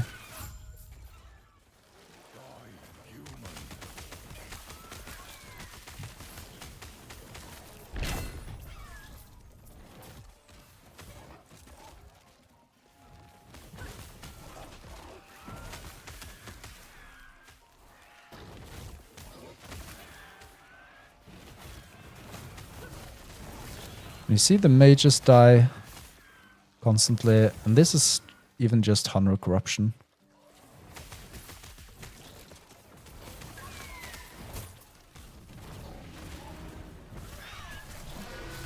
And you see the siege golem there just demolished our entire packs of mages with one projectile.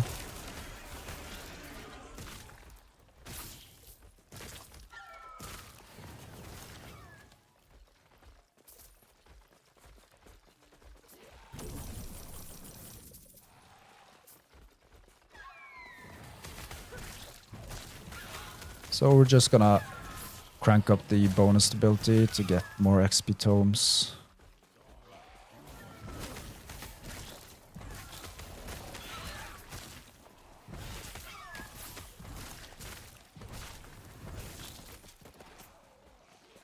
There we go.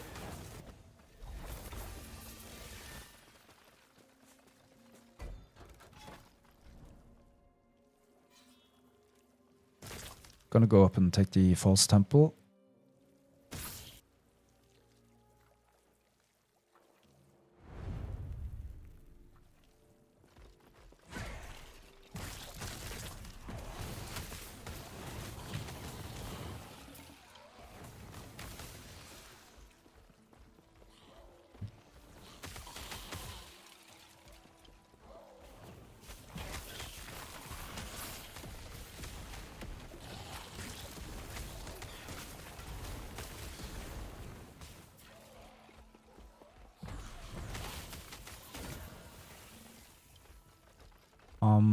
I actually think we're gonna wait with putting the Ashwake boots at this low corruption.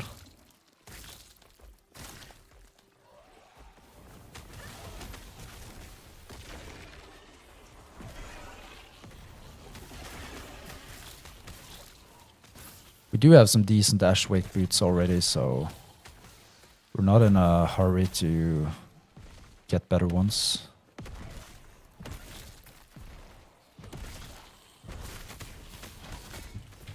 And that was some hard hits. And that's why I think we have to go for golems after a while.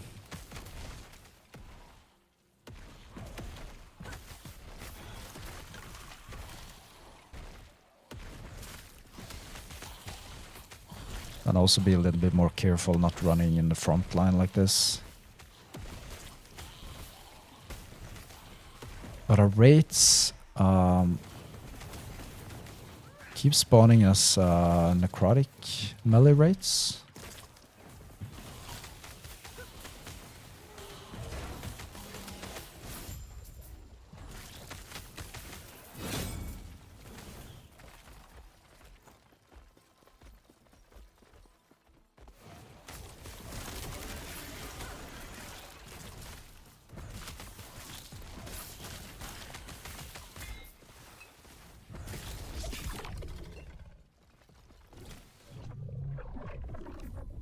The beast is waiting, traveler. We're gonna just complete the echo first.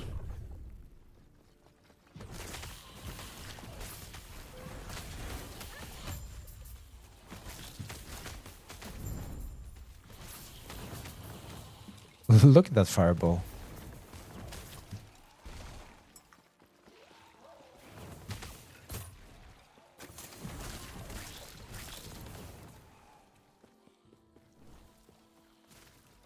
So let's see.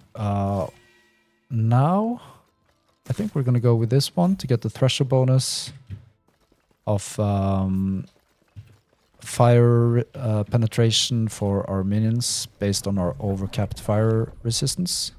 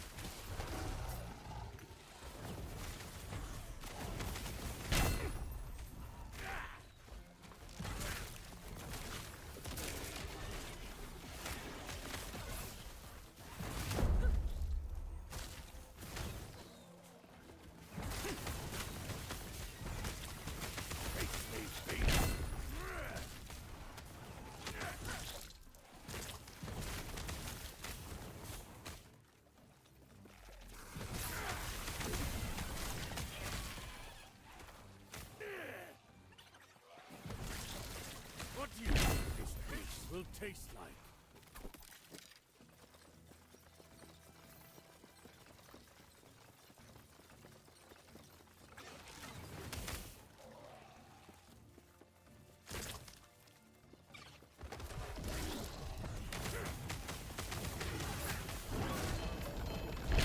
So as long as all the minions are in the Aura of Decay, and we got the Dreadshade going, and our mages are alive, then I think the damage is pretty decent.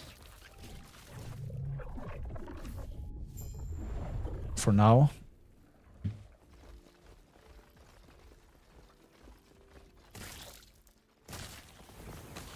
And we got so much room for improvement on our gear, but that's not a priority at the moment. As long as the damage is good, as long as we survive more than we die, then we're not going to spend time on gear.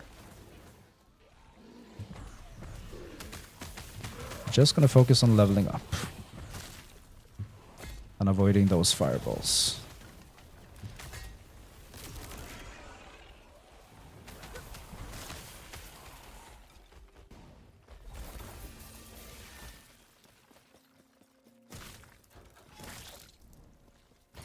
Scarred.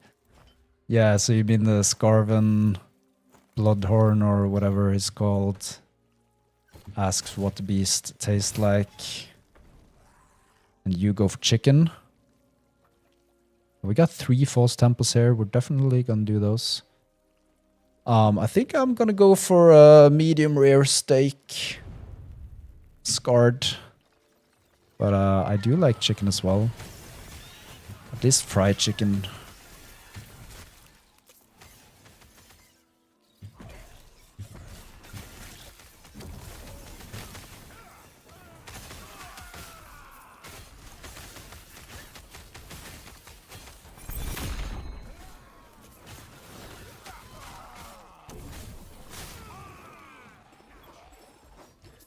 So we're soon at level 80. That's a milestone. It's gone very fast. Like the couple of 20 last levels have gone extremely fast.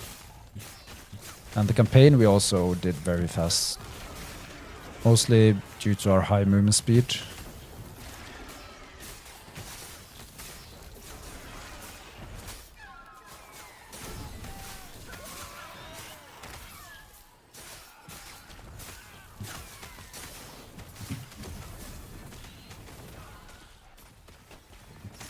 What I don't like though is our mage's survivability. That's why I'm always tempted to go for an archmage instead. Because the small ones tend to die.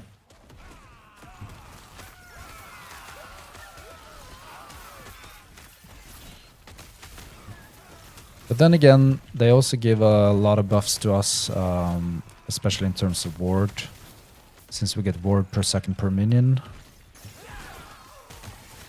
And I just think it's more visually good to just see a lot of projectiles, even though they don't do as much damage as the archmage projectiles. But it's just satisfying.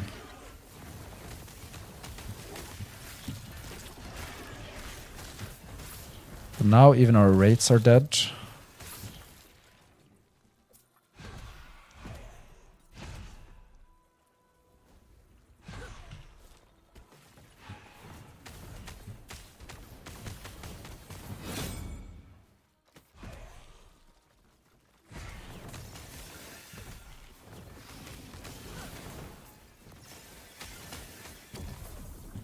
I mean, this should implement like a minion AI that whenever there's like a telegraphed huge boss attack or rare mob attack, then they just avoid it by walking out of the area. So for instance, the projectiles from the siege golems, now the minions are just standing in there unless you command them to not to.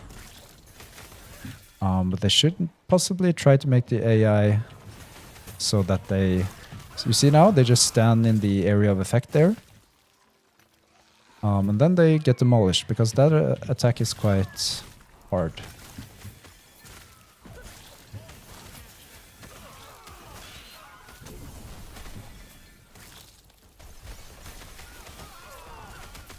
And it's hard to even move the wraiths and mages because they tend to just want to stay at range. So now I just point over here, but as long as they attack, they just stay in the ranged position and they don't move from telegraphed attacks.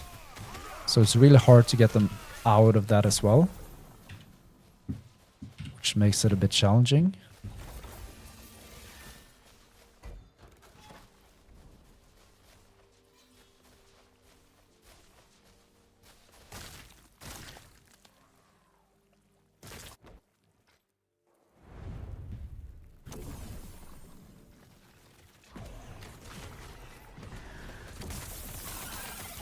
I can show you my rules again, Scarred, once I just capitalize on the shrines here.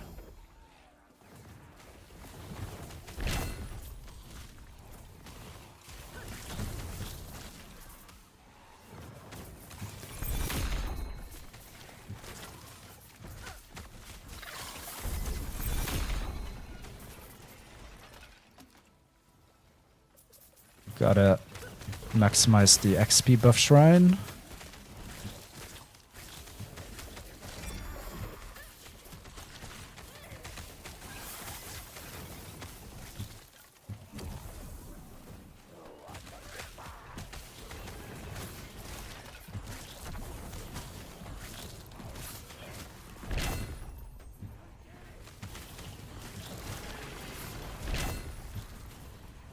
So I think we might have to kind of change our playstyle a little bit for this build. Just stay within the ranged minions like this, not rushing because I do want them to have the multiplicative damage bonus from Aura of Decay. And I think that's even wiser in terms of survivability. So not to kind of rush. Then maybe we'll spec into golems and let them rush.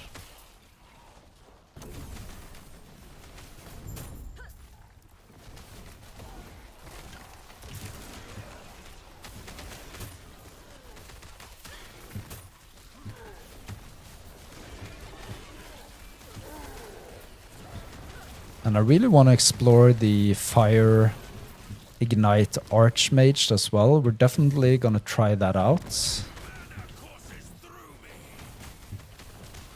I don't know, but I do have a sweet spot for the Archmage, which is basically a node in the Skeletal Mage skill tree where you can set it to have a maximum 1 mage, but it gets some multiplicative damage bonuses and health bonuses.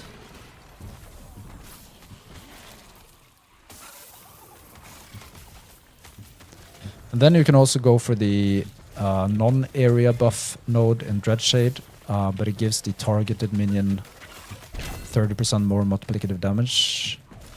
And then you can have 1 shade for each of your minions. So let's say we have like 2 golems, 1 mage, maybe 1 wraith if we ditch the zombies, then each of them can have a Dreadshade on them. And then we could also go for the base crit chance from Dreadshade as well. So there's a lot of possibilities. We're going to explore them all for sure. But we're not going to start the huge explorement before we get to some higher levels here, because and higher corruption, because then we can much more easily try different things. Because we get a lot more XP and the skills will level up so much faster when we respec.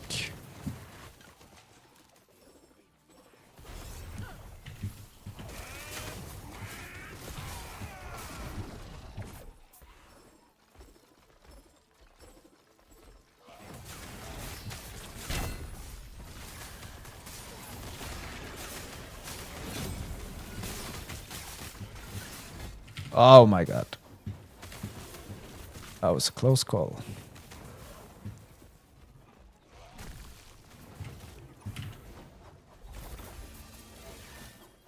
Alright, so this one we pump into here, so now we get the threshold bonus for minion penetration. And now we don't have the...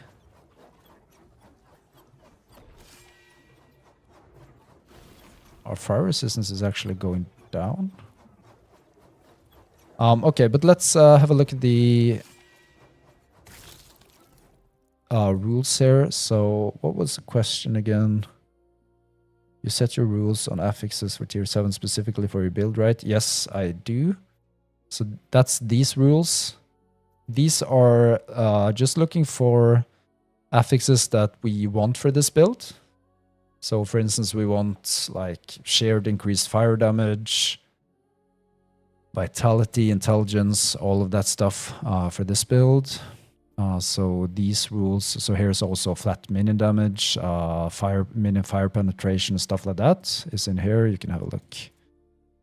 So you got the minion fire penetration, you got the minion flat damage affixes.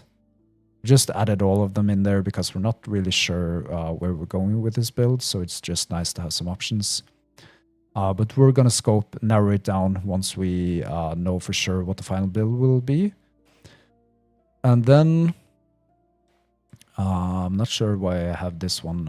That possibly just lingers from another build. But for these, and the same one with these is also from another build, I just duplicate the loot filter rules and then make changes to them for each build.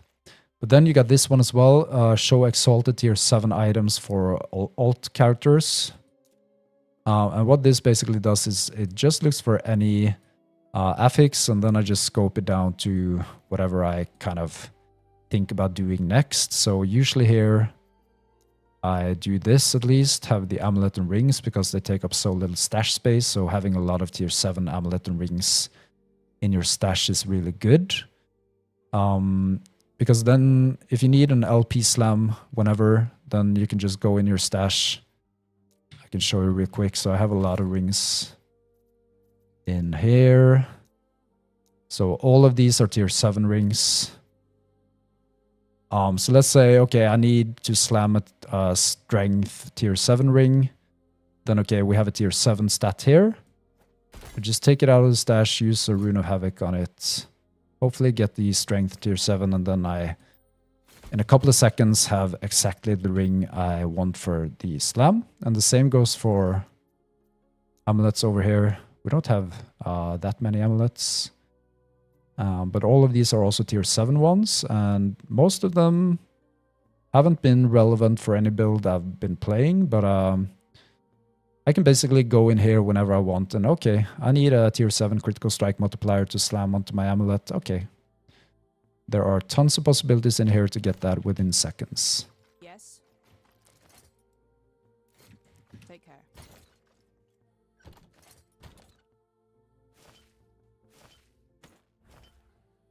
We need to just clear... Actually, that idol, I think we will possibly use... where was it?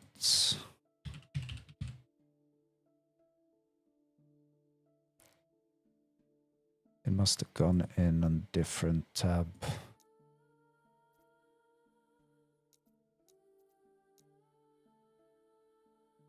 Anyway, we'll find that one at a later stage. And now so this one is actually very good. We're going to keep that one for sure. We might need that one. It got some vitality, and I think we'll soon add a new stash tab here for all our items. This one is also nice. We can slam the vitality even though it's a primalist body armor, if we ever need that.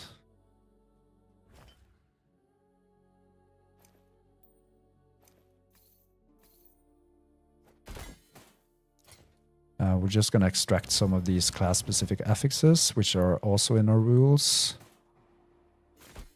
And Yes. these, I think we're just gonna... I'm not sure why we're looking for two-handed axes, actually.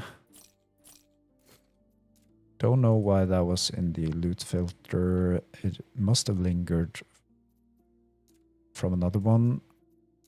So for now, we're just looking for amulet and rings for old characters. And I don't know why we have 2 of these rules, to be honest. I think we're just gonna delete this one. Clean up a little bit.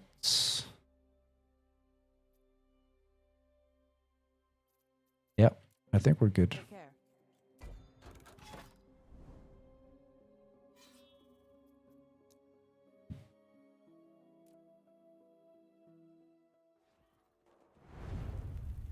Yeah, I do the more equal to tier 7. Because there are actually tier 8 affixes as well, although that's a totally different system. It's a part of the primordial system. But it's just nice to have in there so that tier 8 affixes also show if you ever drop one on the ground.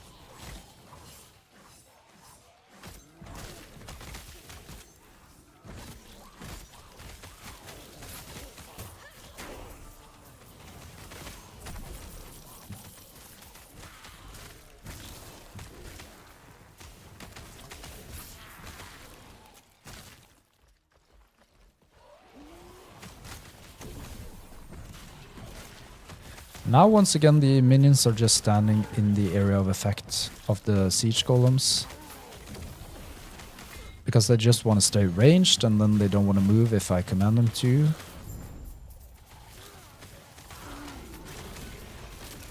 So no wonder they die all the time. So we just have to kill the golems before they use their attack.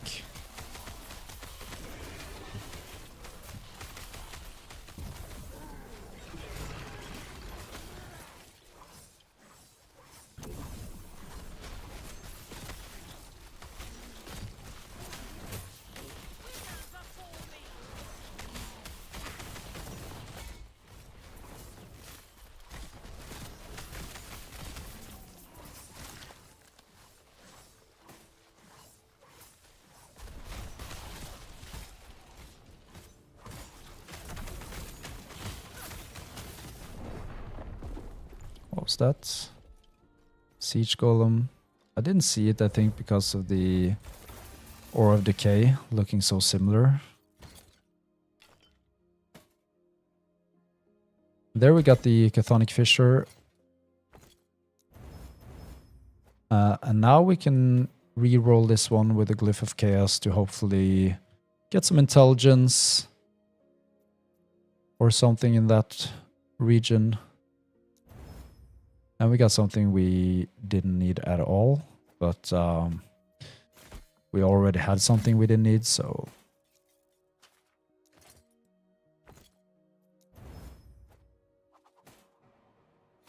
So I think actually now we're at the exact level where we can use the Dragonflame Edict staff. So we might actually try that one out. We're gonna lose some level to minion skills because of our wand. And I'm just kind of thinking about where we go next here. I think we'll... Now that we got the Thresher bonus here, I think we might go for the Ignite chance.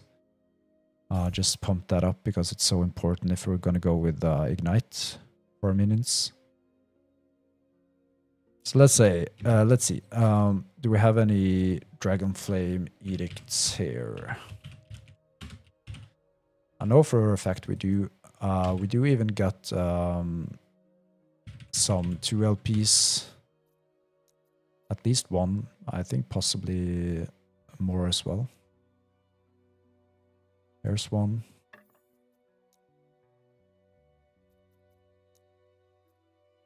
And here's one. So we really want to prioritize the chance to ignite on minion hits. And you see the last stat there, the bottom one.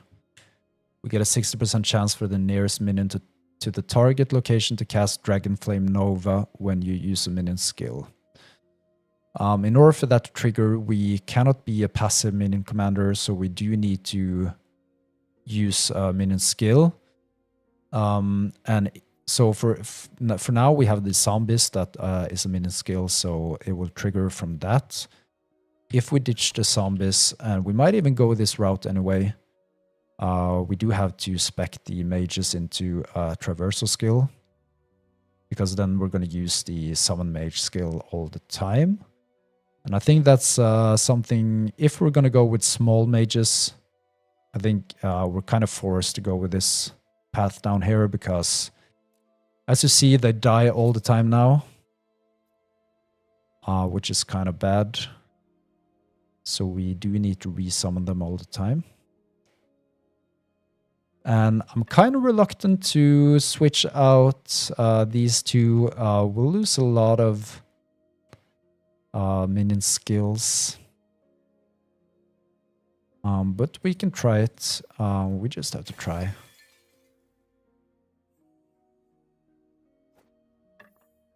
So now we're after Exalted Staffs. And now I think we have to do some juggling here. We want 4 points over here, so that was redacted when we removed the wand and offhand catalyst. So we want to keep the Dread Shade. And I think that's enough, isn't it? How many did we do? We got 4 in here. I think we got enough now. And this one we want to spend in here.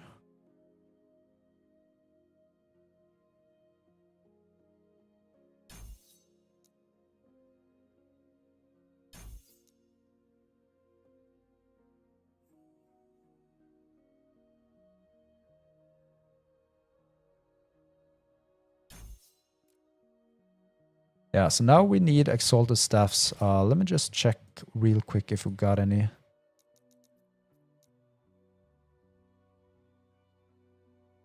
I don't really think we have many of them, or we do have some here. So we definitely want the minion spell damage. And we also want minion fire penetration. Is probably what we're really after.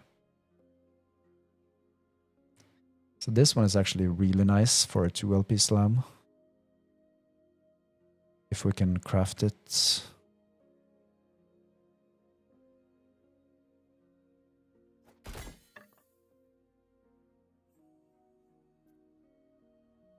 Because now we want the minion fire penetration. This one.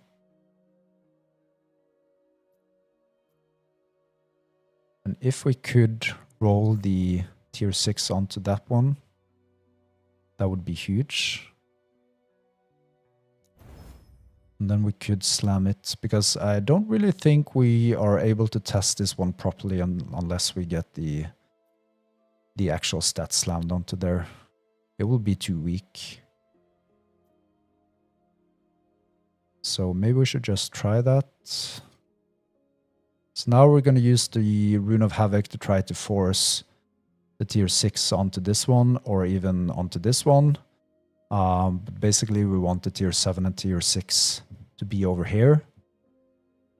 And that's a long shot, obviously. But we were very lucky there. So I think this is a very good candidate for a slam.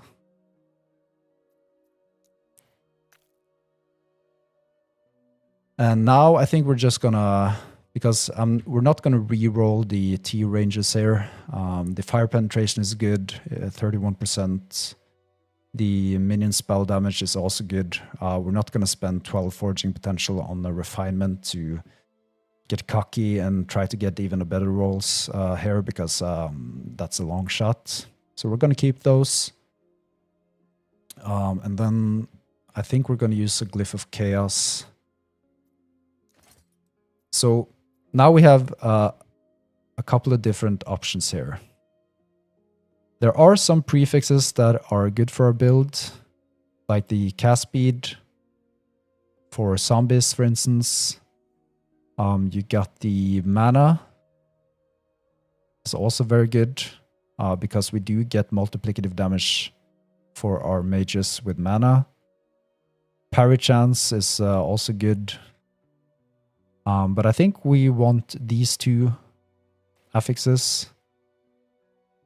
But I'm really worried about sealing any of these affixes now, because we might end up spending the entire forging potential. And then we cannot slam it. But you see here, actually we cannot spend 12, so that's good. So if we seal the tier 1, if we seal the tier 2, we might end up spending the entire forging potential. And then we're kind of doomed, because you cannot slam items that do not have 4 affixes.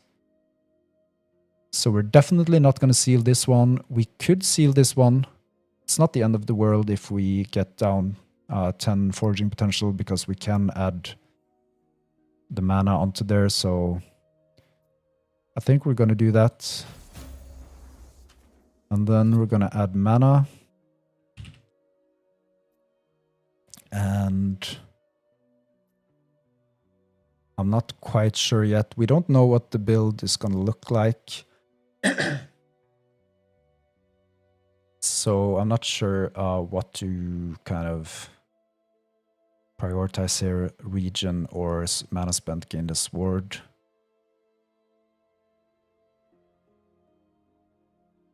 If we go for zombies, we might need the region. If we go for mages as a traversal skill, we might need the region. So I'm kind of leaning towards region at the moment. So we're gonna add that one. That's the safest choice, I think. And it's not gonna matter much anyway, because it won't make a huge difference. So basically this slam will fail massively unless we get both of these.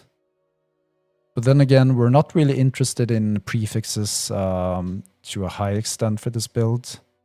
And it's not often you see a double exalt like this that you can slam. And we do even have 2 LPs in backup here, so we're gonna slam that one, but we're not gonna do it on this character. We will do it on my experimental beast master. And obviously I need to put them in the stash first.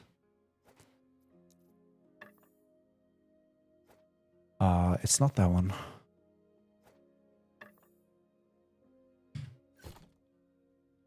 So we just have to try, right? We won't really test the staff unless we got some decent slams onto there, so we just have to go for it. So we're going into my...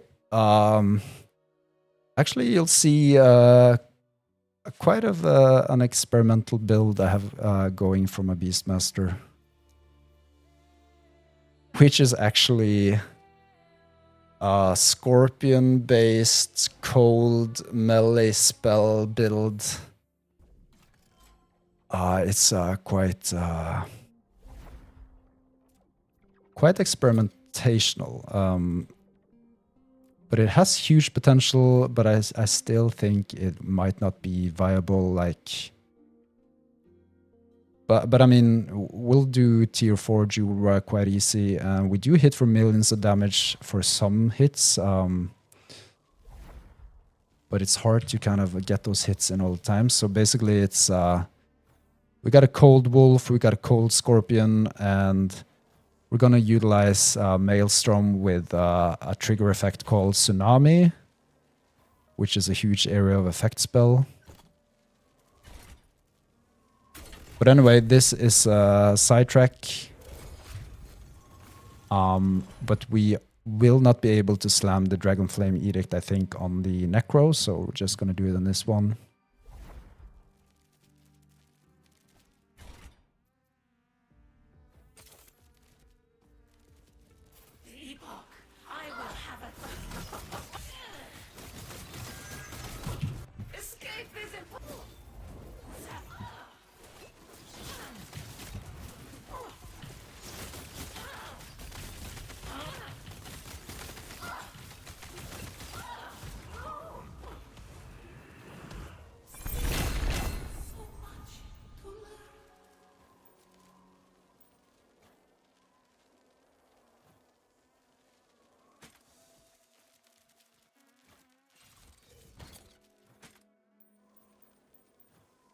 All right, let's bring it forth.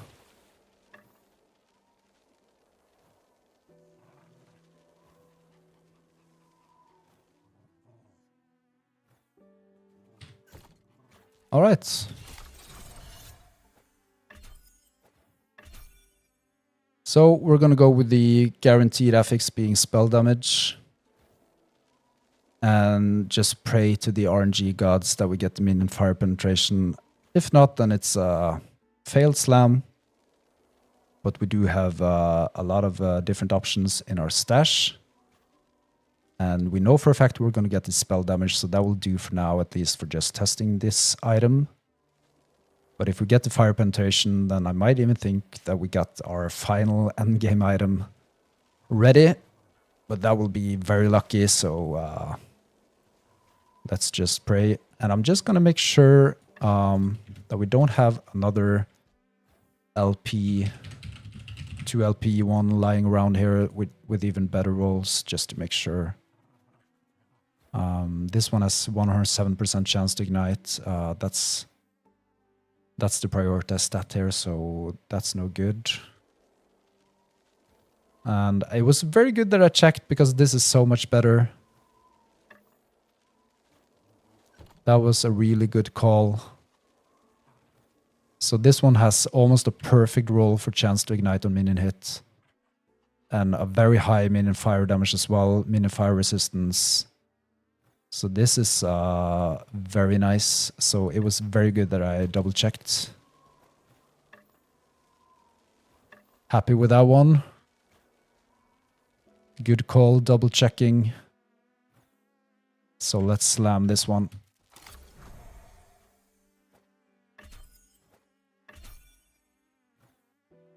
Two LP, good rolls. Guaranteed minion spell damage. Let's hope for the fire penetration. Tier 6. If not, then the mana. Alright.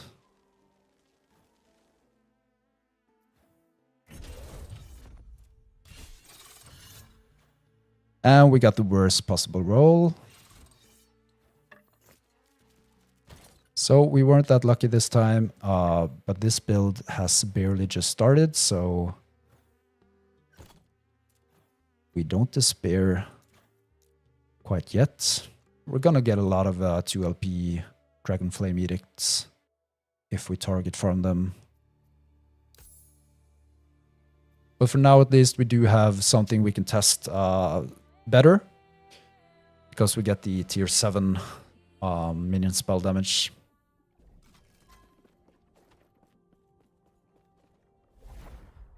So it will kind of pinpoint to a better extent how the staff is doing. Right, and we were in the Spirits of Fire timeline. We're possibly gonna go with the minion increased damage blessing, at least for now, and then maybe we have to get the flat armor blessing once we push corruption.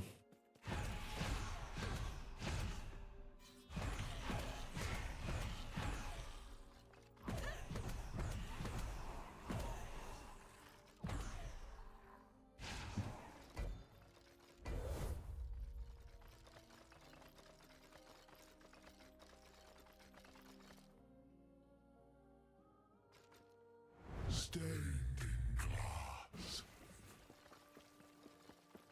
So now we're testing the Dragon Flame Edict staff for the first time. Do have a lot of more minion ignite chance. And since we got the more damage to damage over time for minions per vitality, it should be a wise call to get more ignites in there. So that's kind of where we're heading at the moment, a minion ignite build.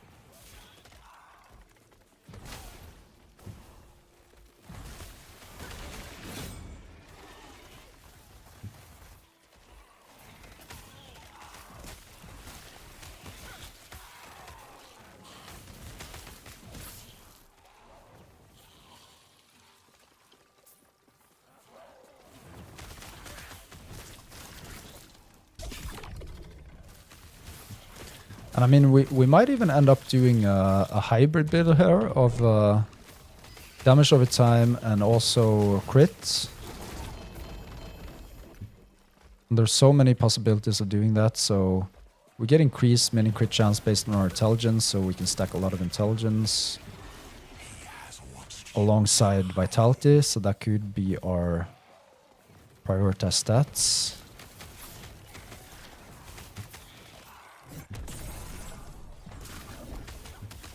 But for now we're focusing mostly on the damage over time aspects.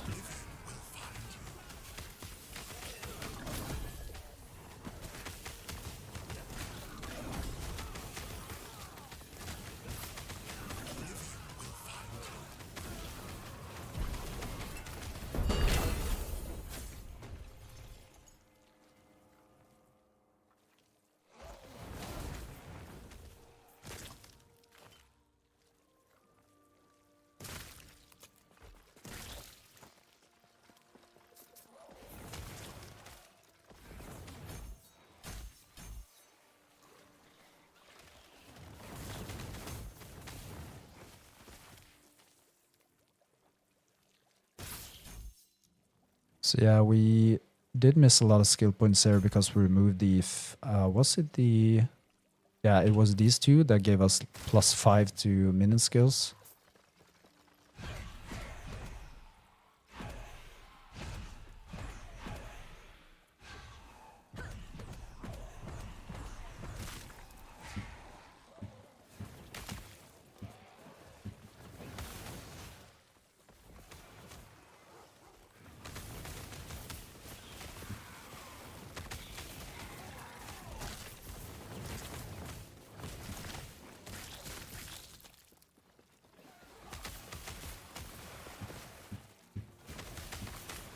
And I think up next we're gonna go with the Skeleton Mage traversal skill.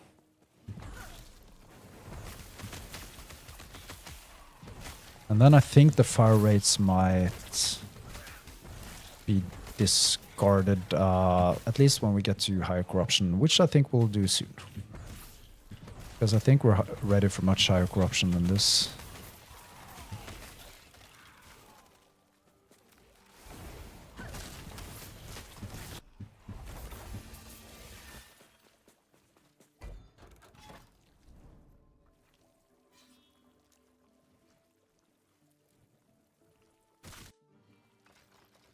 Your echo will break.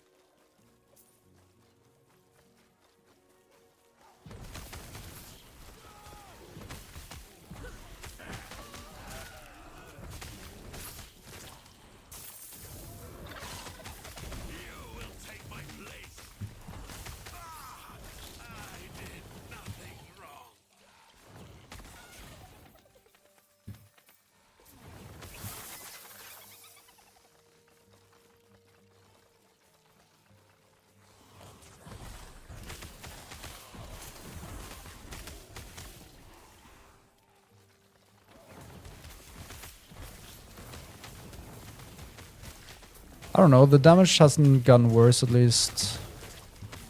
I'm going with the Dragonflame Edict staff.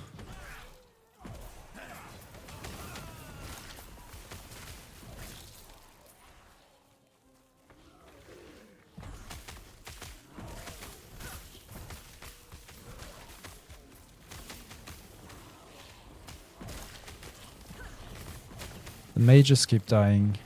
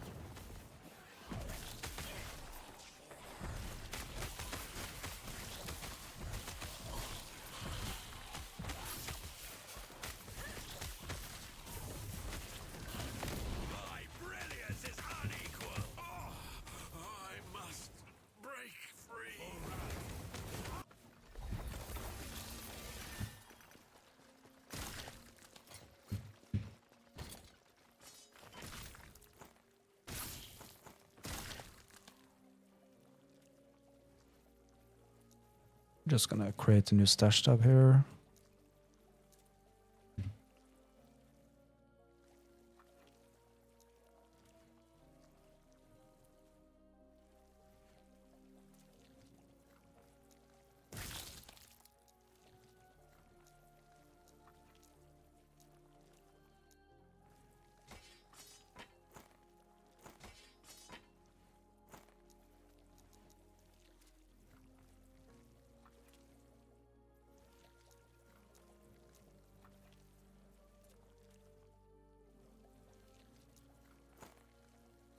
And these ones we're gonna keep.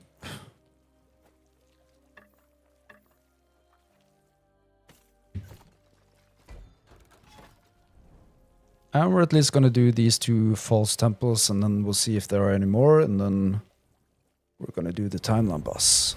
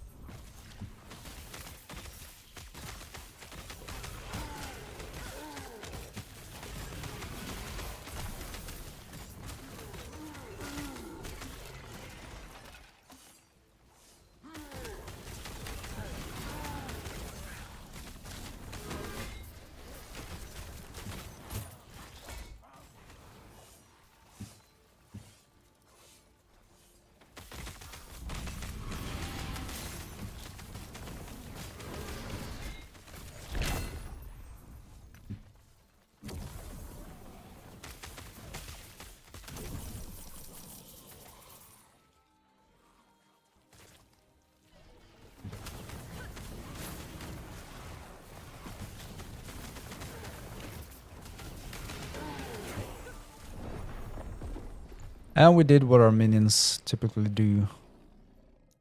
Stand in the siege golem. Hero effect. And we're gonna crank full points in that one. We will just do the timeline boss now. Not gonna do the Harbinger for now, we're just after the blessing.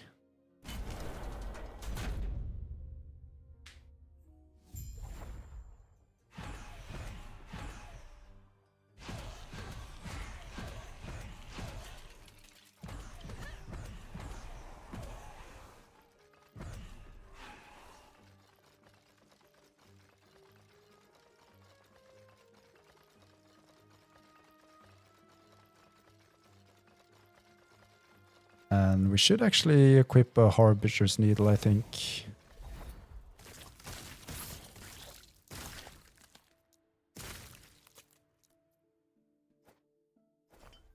Just to get more Gazes of Orbis.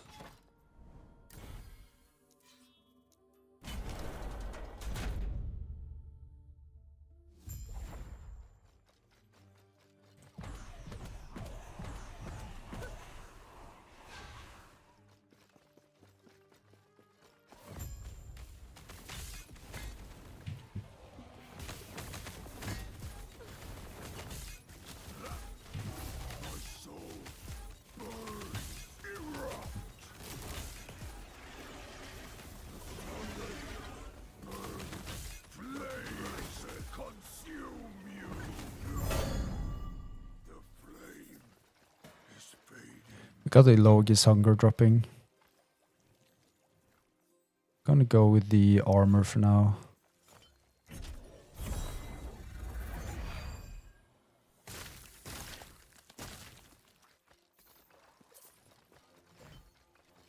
So we might actually end up using Logi's Hunger. For now, we got this huge minion damage from this amulet. We do get +2 to minion fire skills, minion critical strike chance, cast speed for minions, some resistance, so that's why it's in the loot filter. But for now, we're just gonna keep it. This one we already got.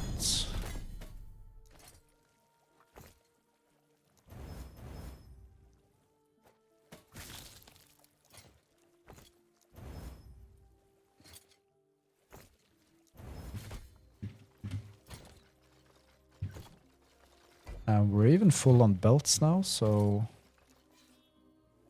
I'm gonna add a new stash tab there.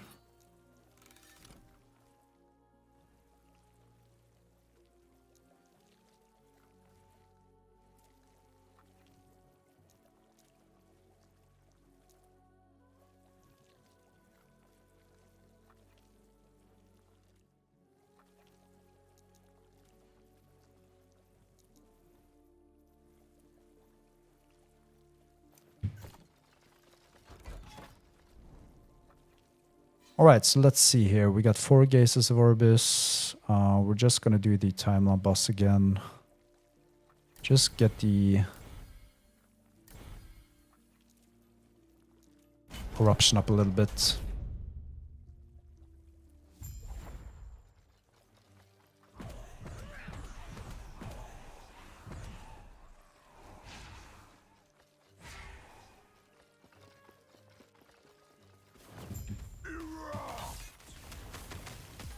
Eternal flame. Burn eternal soul. Burn.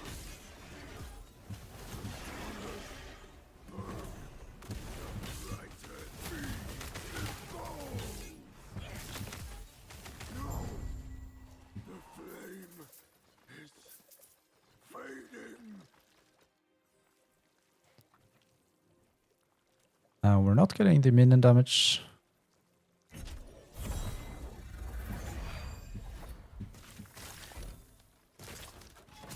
And we should have equipped an Harbinger's Needle. Let's do it now.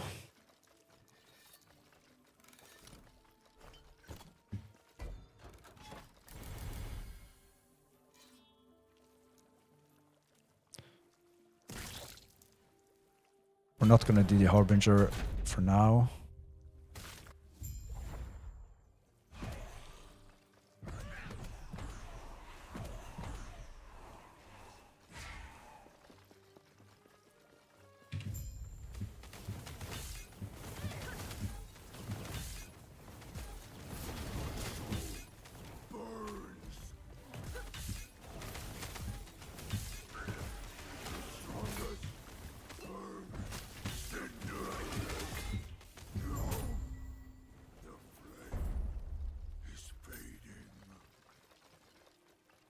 No minion damage.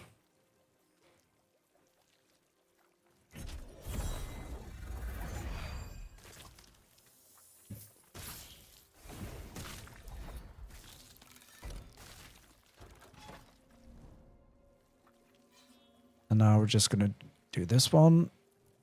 And then Shade of Orbis.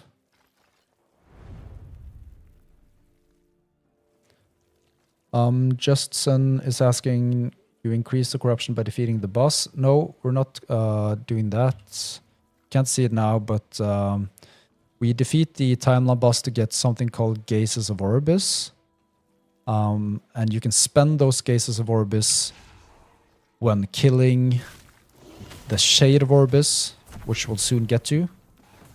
And you can consume 4 Gazes of Orbis to maximize corruption gained per Shade of Orbis you defeat. So we'll be able to get the corruption up to around 150 now when we defeat the Shade of Orbis.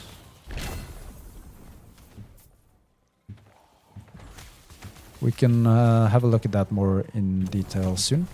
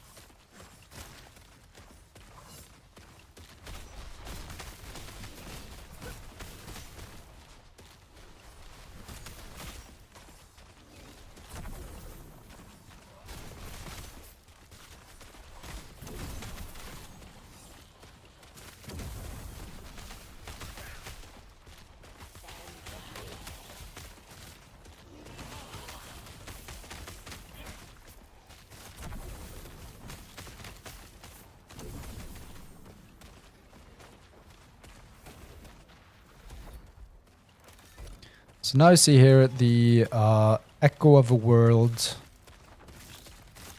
echo has popped up.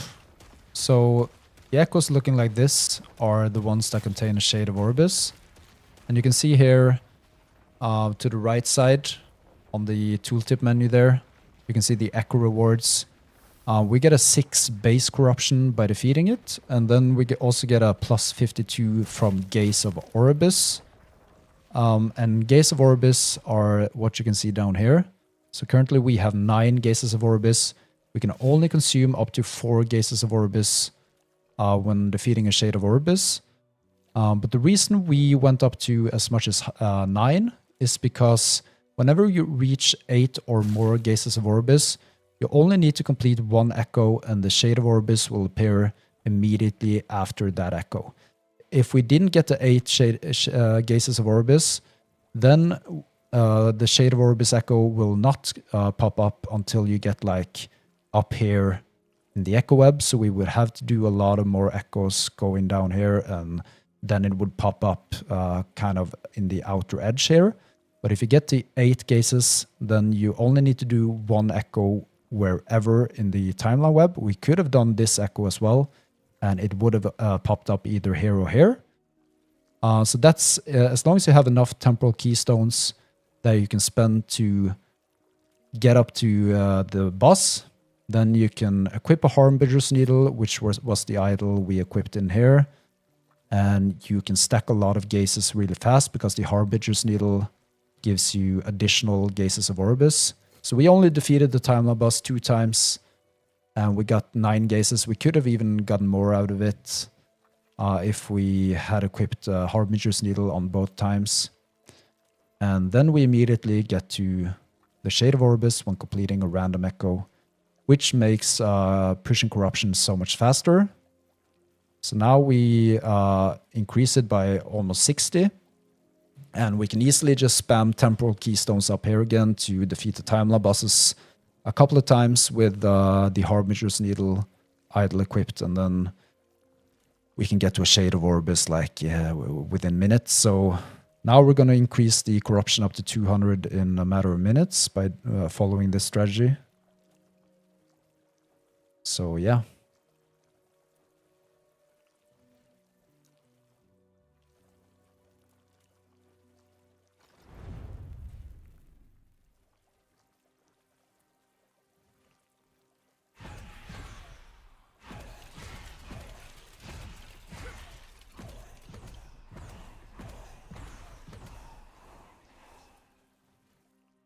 You're very welcome, Justin. Just let me know if you have any more questions. I'll try to explain as best as I can.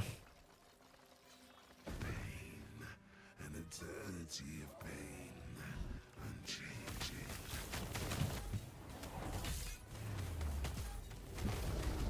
This happened before, and it will again. We will both continue. So the Shade of Orbis is quite easy at lower corruption levels, and then it just massively gets harder and harder for each corruption level.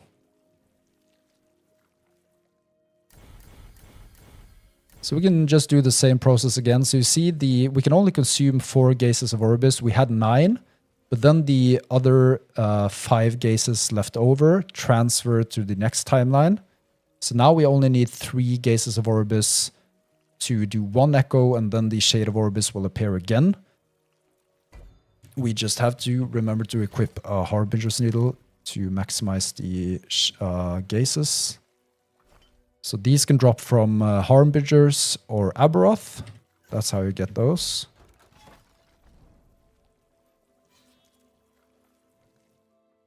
And now we're just focusing on pushing corruption fast. We're not going to do the Harbinger for now. And this Harbinger can actually be a little bit of a pain as well. Our survivability is not the greatest, so...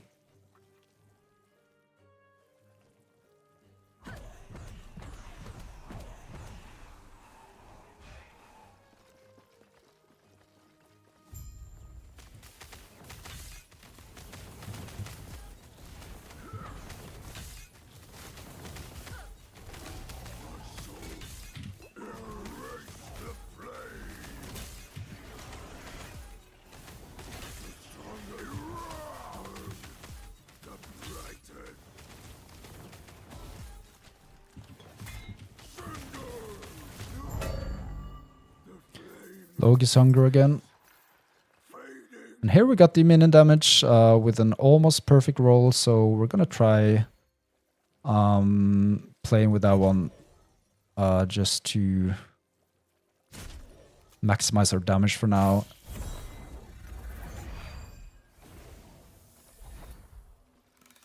And now you can see we got 9 gazes again, so we got 4 gazes from doing that one. And if we had done the Harbinger as well, we would have gotten an additional gaze, because we got rank 10 of the Forgotten Knights faction. So slaying a Harbinger grants 1 additional gaze of Orbis. So if we would have bothered to do the Harbinger as well, then we would have had 10 gazes now. Good morning, Gary. Nice to see you again, buddy. Hope you're having a good morning. We are currently pushing some corruption here on our minion fire build.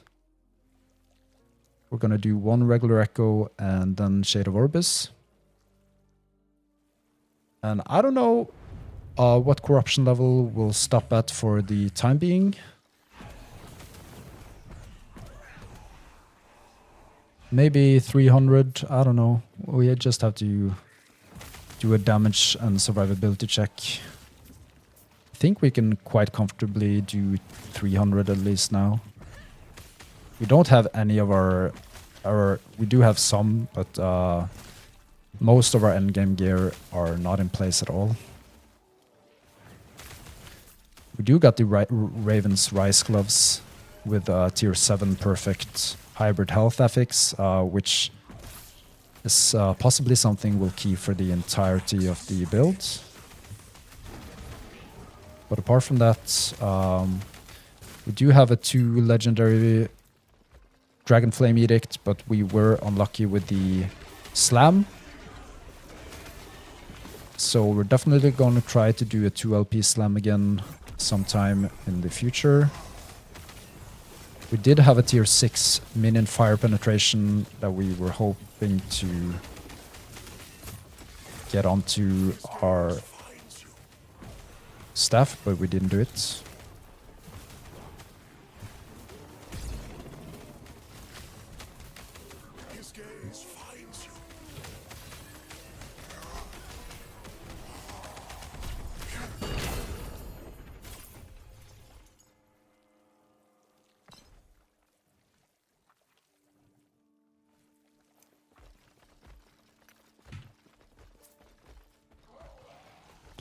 Cam has joined the chat. Nice to see you, buddy. How are you doing today? There's no stream without Cam. Sharpen your blades and focus your mind.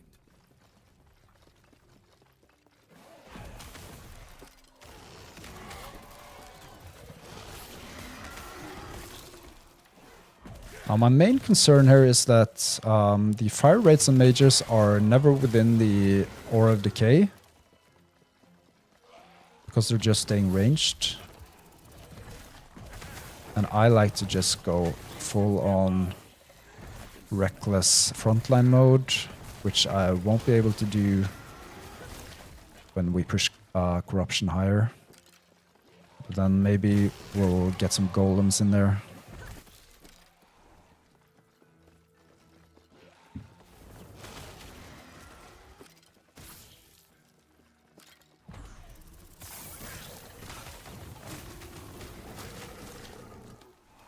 But I think one way to do is to get the mages into a traversal skill. I think that's kind of the way to go in order to have as many minions as possible in the Aura of Decay range. And also the minion traversal as experimental affix on boots is also something we might have a look at.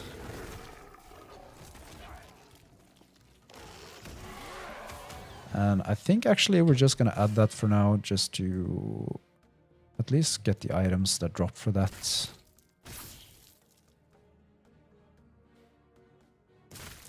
We might even add just like a separate rule for that. So let's do that. So what's it called? It's this one. Minions transported with traversal skill. And I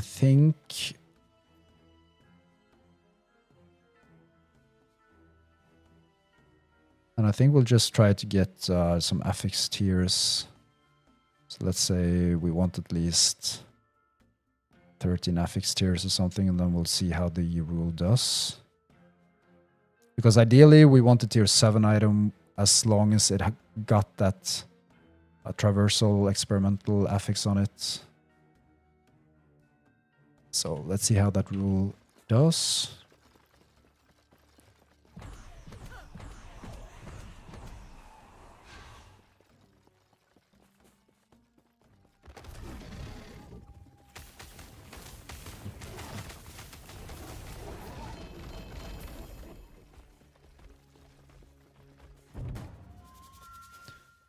I think we're going to go with the runes, even though we don't know what Primordial will end up with.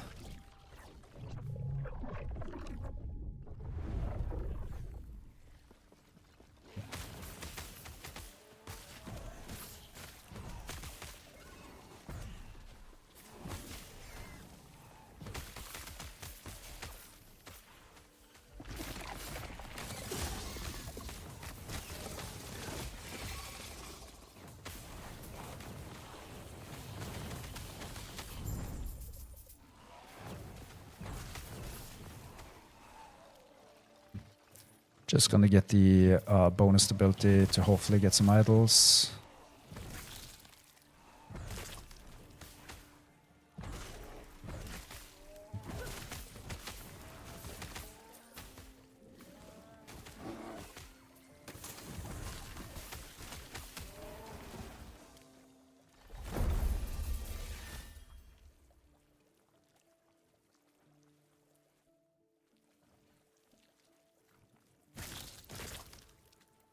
This one is okay. Probably not gonna use it, but...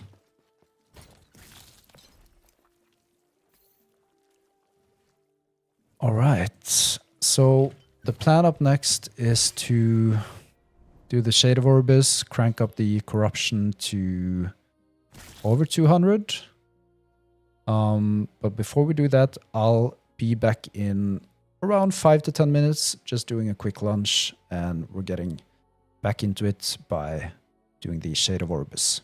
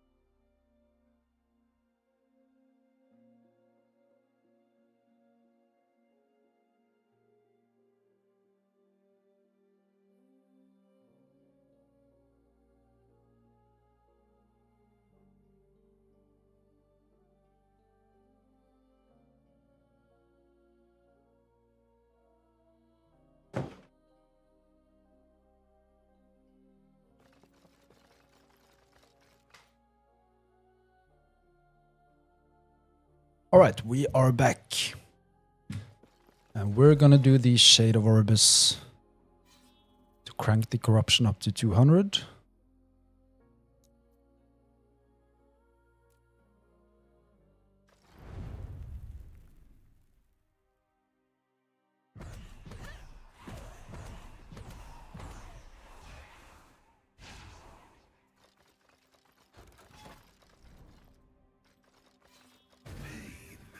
An eternity of pain, unchanging.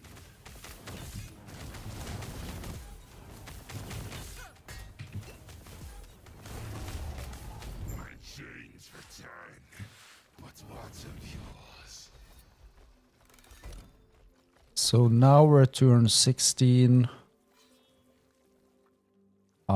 I think we're just gonna push it more.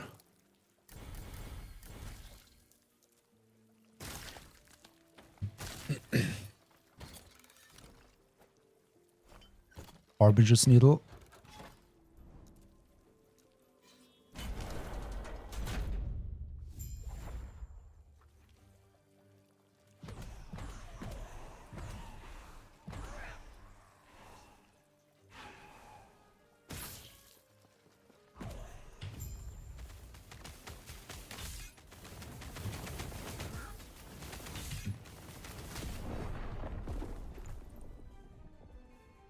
And we don't got any crit avoidance.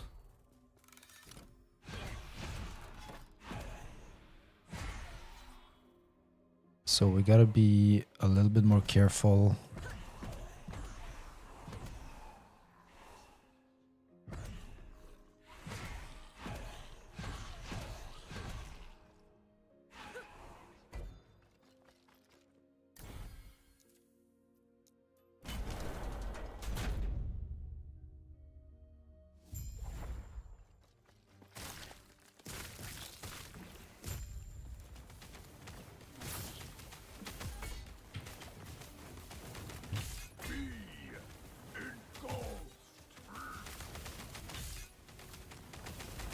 Eternal flames consume you.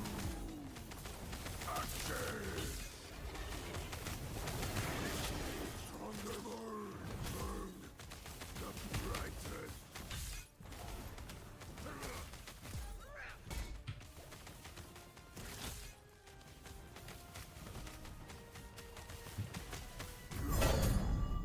The flame is fading. We actually got a perfect rolled increased minute damage blessing.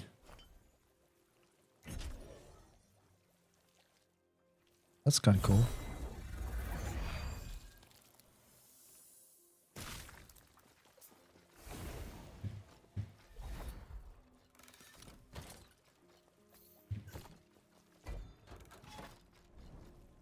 So now we got 9 gazes. We are gonna do 1 echo. And then the Shade of Orbis.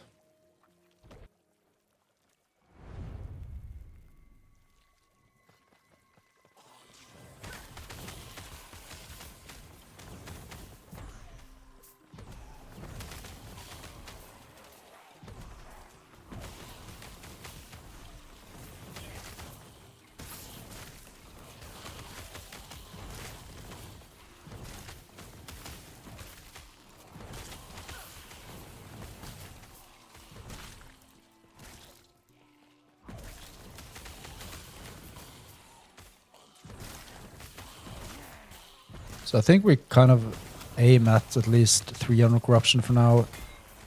Our survivability is not the greatest, as you can see. We cannot really take 2 hits in a row. But we just want to get to that 300 corruption just to have all of the prophecies and stuff dropping and increasing the item rarity.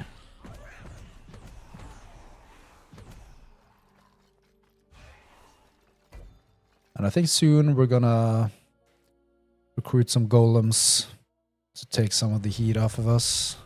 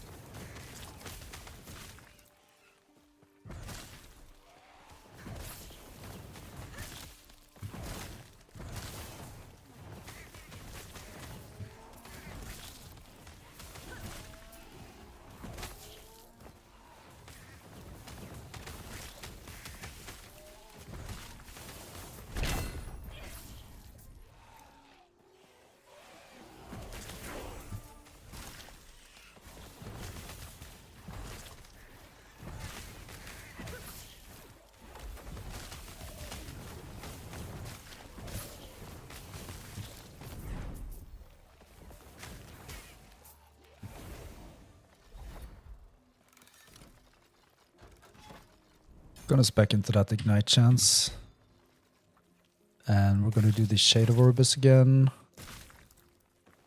And I'm already a little bit worried about the Shade of Orbis, because our defense is not the greatest. And I think up next we might have to do the Emperor of Corpses to get the crit avoidance for now. Because we can't really get crits. Then we are one shot.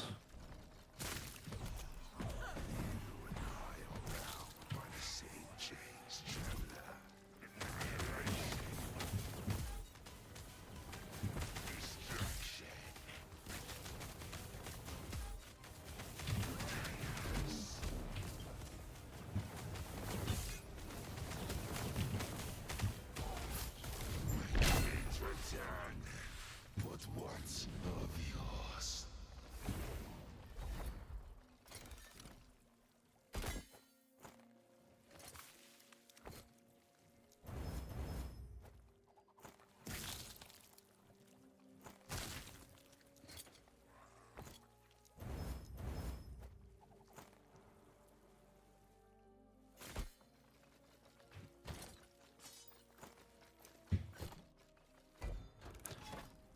All right, so now we're at 274. We're going to crank it up one more time for now. And then we're going to do 300 corruption for a little while, I think.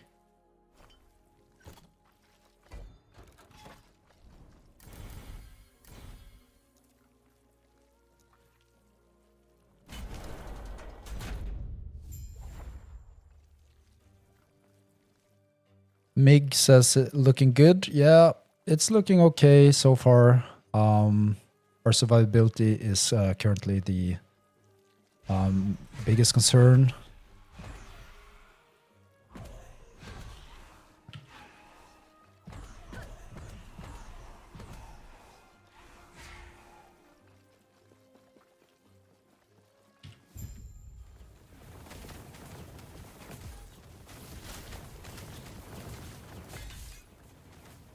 And those hitboxes and those fireballs are just insane.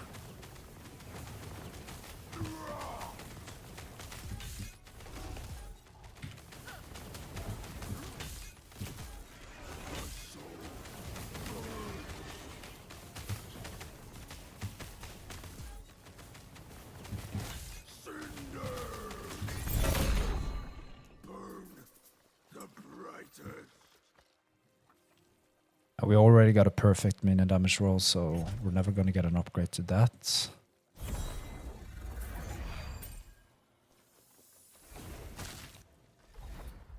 And did we equip a Harbinger's Needle? I think so. So now we're doing one echo again.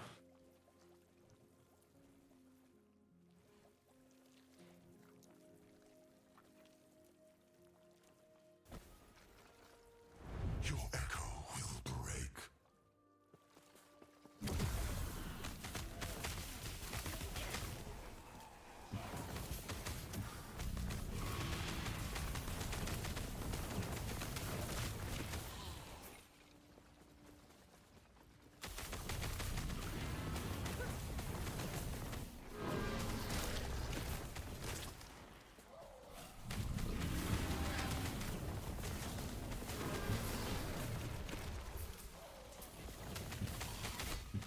This moment will shatter.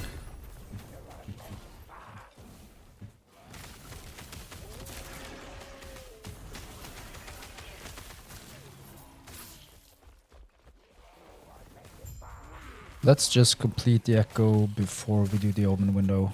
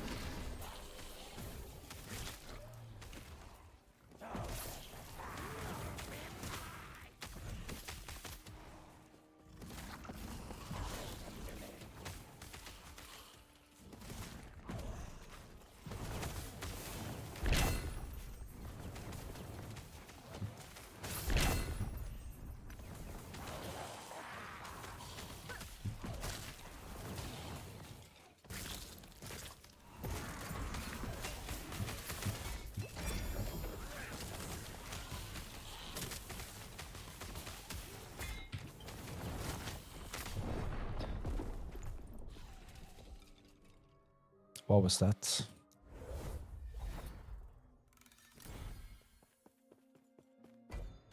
Yeah, so you see we're already at the stage where we, I think we're forced to go for the golem soon.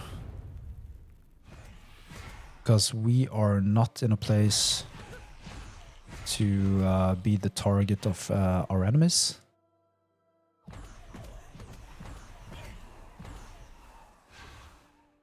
And I think the fire rates are possibly the first ones to go.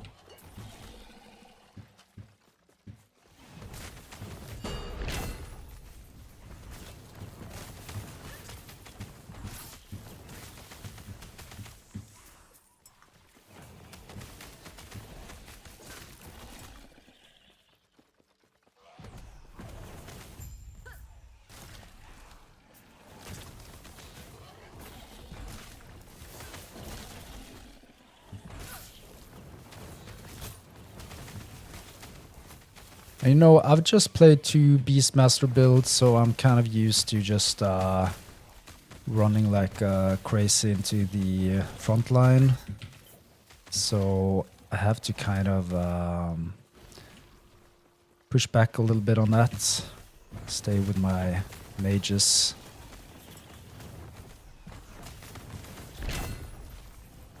Yeah, this is for sure a glass cannon build at the current stage.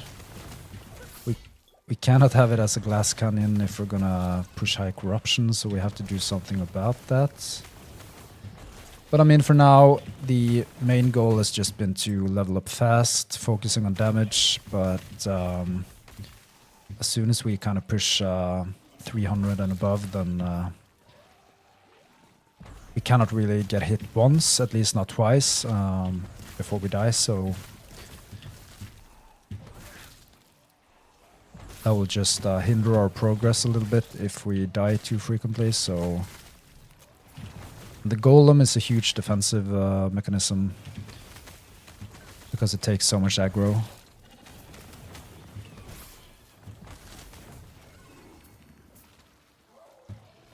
And we also need to do something about our crit avoidance, which is what we'll do up next after we've pushed the timeline to 300 corruption. Then we kind of have the baseline corruption that we're after of 300 corruption. It will work for all the cough prophecies. We do have a decent rarity then. Increased experience, so that's what we'll build from.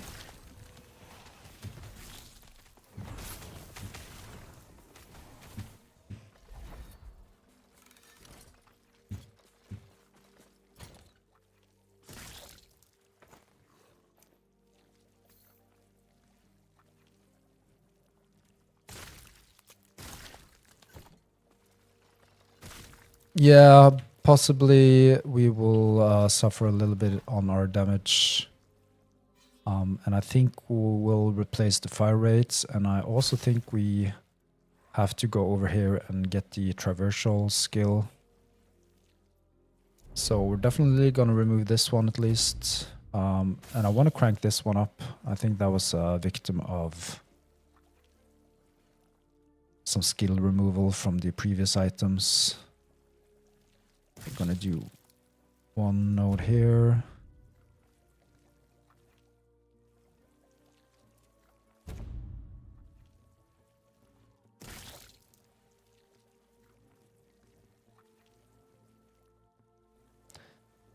And how much mana do we got? 200.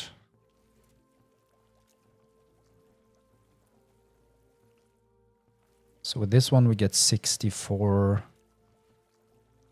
more multiplicative damage with our current mana if we spend one more point there. We're not even close to getting that with this node, so I think we'll respec this. So we'll suffer a little bit of damage now, probably unwise to do it at this current stage. We might have to do some echoes before we do the Shade of Orbis, just to get the XP for the final skill points there. And then I think maybe already now we have to try to get the golem. So the question now is, do we sacrifice the raids or do we sacrifice the zombies? I think the raids are kind of underwhelming. When going for fire raids, you get a lot of necrotic damage, which is good, but it isn't fire damage. And the crit down here doesn't do much either. So I think, all in all, I think the zombies might be the best way to go. So I think we're just gonna go with the... Where is it? There. Golem for now. And it has a fire conversion over here, so we're definitely gonna go up there.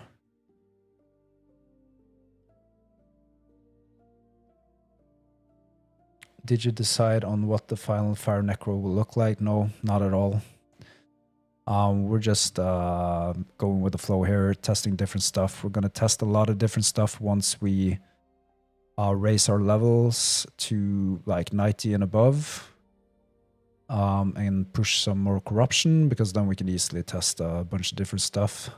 So I have some ideas in mind, but for now we're kind of just trying to get through leveling wise. So we'll just have a focus on pushing as many levels as possible, pushing the corruption as high as we can, and then whenever we reach that kind of threshold, then we'll start experimenting more. But for now, the reason I'm going for golem is basically because now we're at a stage where we need that extra defensive layer. But I'm just not sure which way we're gonna go here. We don't have any skeletons or skeleton mages that die, hopefully, so I'm not gonna go with this one. The damage over time is good. The ignite chance. The problem with the golem is that the attack speed is slow, so it doesn't inflict a lot of ignites. But we could do with the movement speed for sure. We want the threat generation for sure. I think that's actually a very high priority. And for now, we don't have any other living golems. So yeah, we're gonna go with the threat generation. And then I think we're gonna go either up here or here, flat damage or damage over time. I'm thinking damage over time since we're doing that kind of build for now. And then I'm kind of torn on speccing into these nodes. Do like the movement speed to other minions because I think that is pretty slow at the moment. And the melee attack speed is fine, but it doesn't inflict many ignites anyway because it attacks so slow. So maybe we'll just go with the movement speed here to the other minions. Maybe we'll go with this one. This is actually quite nice because we're stacking vitality for this build. So this will actually give us a lot of health on the golem's hits. So maybe we'll go with that one. Migo agrees, health is good. Yeah, for sure. And actually, the main reason we did spec into the golem now was because of defensive issues. So we do have, I think, 44 vitality, yeah. So with full points, that's like additional health per vitality. 1, 2 vitality. So yeah, that's 2 health addition.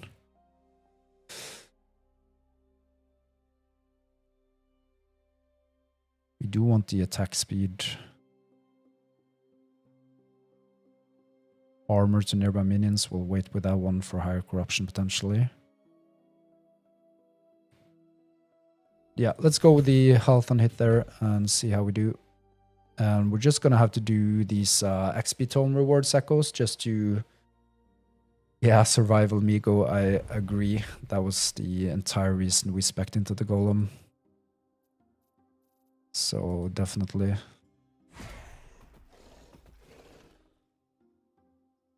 And I think we're gonna use Dreadshade on the mages.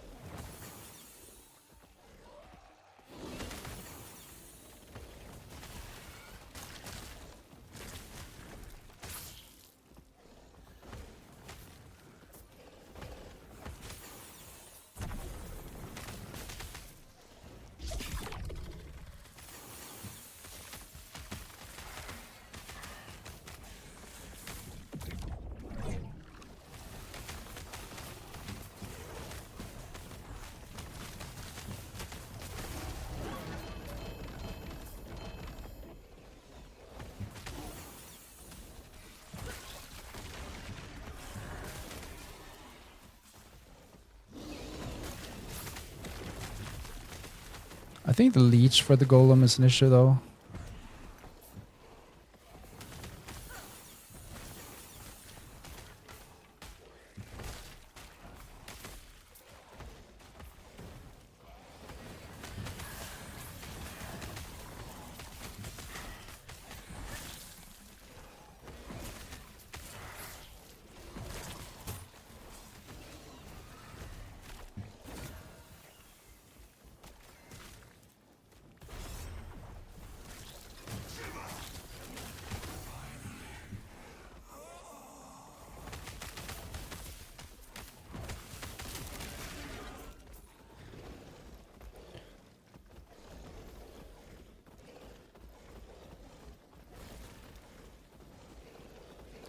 So we're gonna do this, spec it into a traversal skill, and I think we're gonna crank up the attack speed here.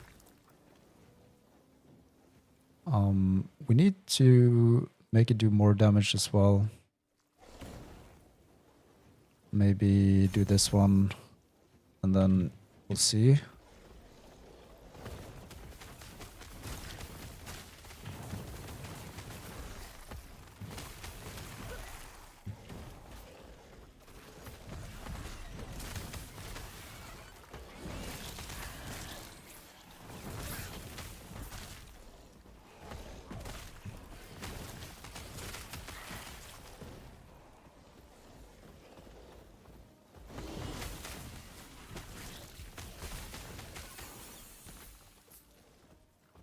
Now there has been some issues with the golem just standing there and not attacking, and I saw that occurring now as well. For a brief moment.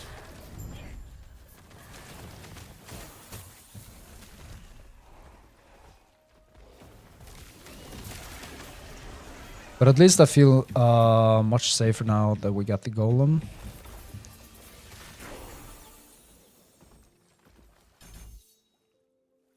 So now we got the traversal going. We're gonna pump 1 point in here, 1 point in there. And this one for the golem. And we're gonna do one more echo just to get the final skill points.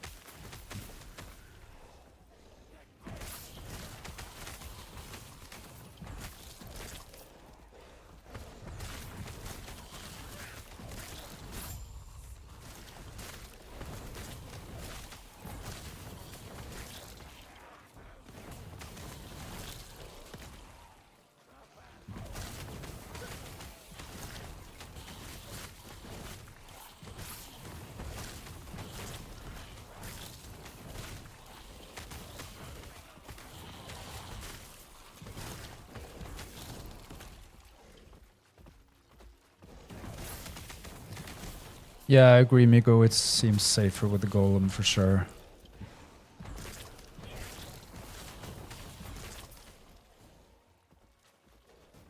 And that was always the plan, to get the golem once we started pushing corruption.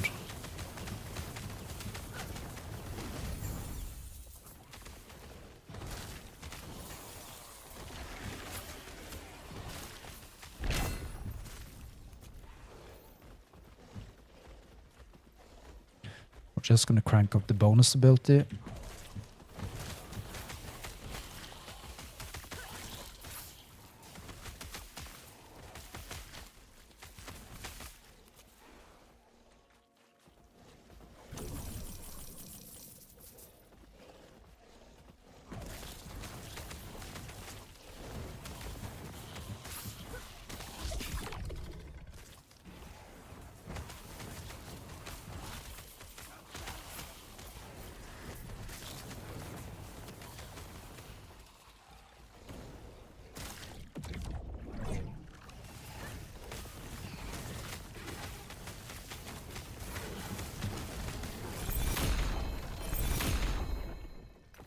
Got some runes of havoc there, I think, too. So now we wanna remove 1 point if possible. We want the final point in here. But maybe we're not able to get that for now.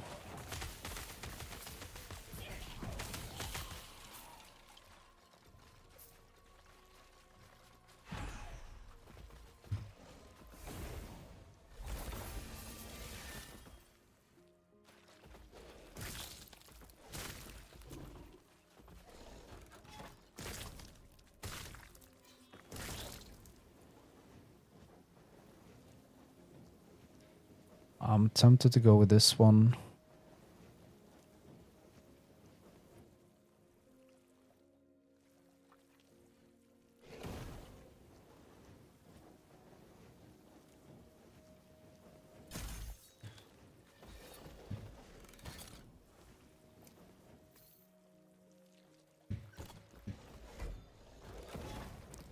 Right, so the plan now is to do the Shade of Orbis again to crank the corruption up to over 300. Migo, you want to stay at home from work and watch the grind. I totally understand that. And this actually is a grind per definition, because we do have some issues that we're trying to address. Like this, for instance. That was actually my bad, because I just walked into a black hole.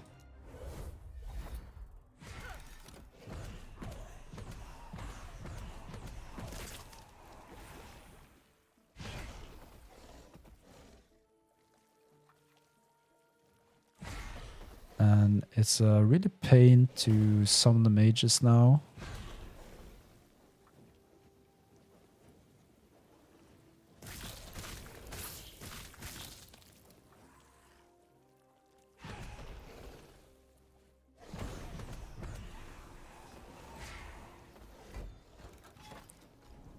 Alright, so we got some gazes left here to try to push it.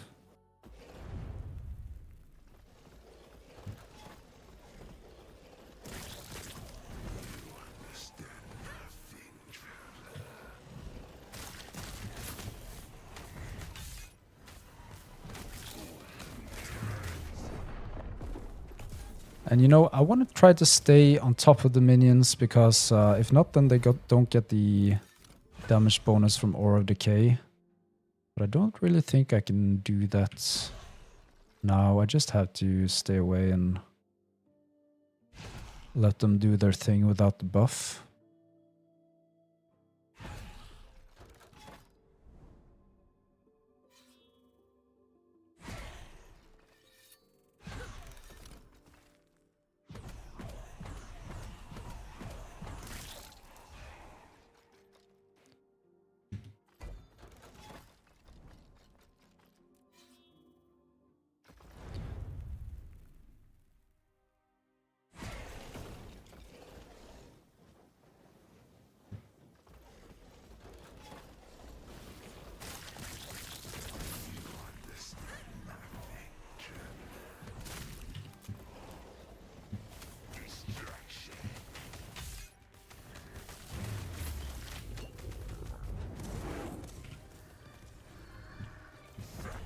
You see the minions just die, so we have a huge problem here.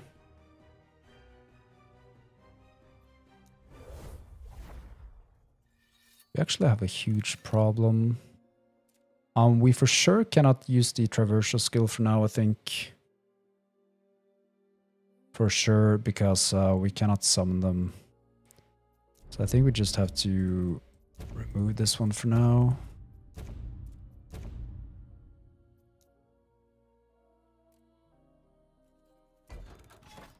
We need to do a couple of echoes.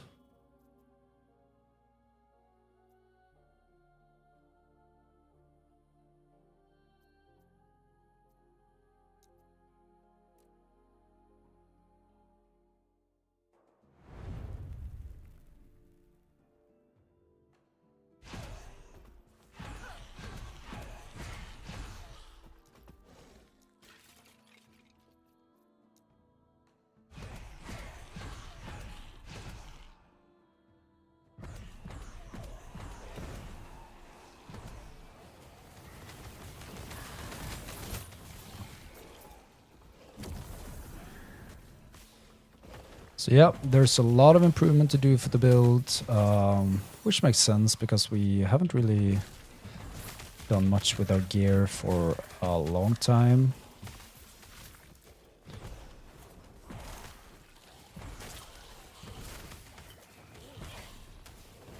See you, Mygo. Nice to have you on the stream. Hope you have a wonderful day.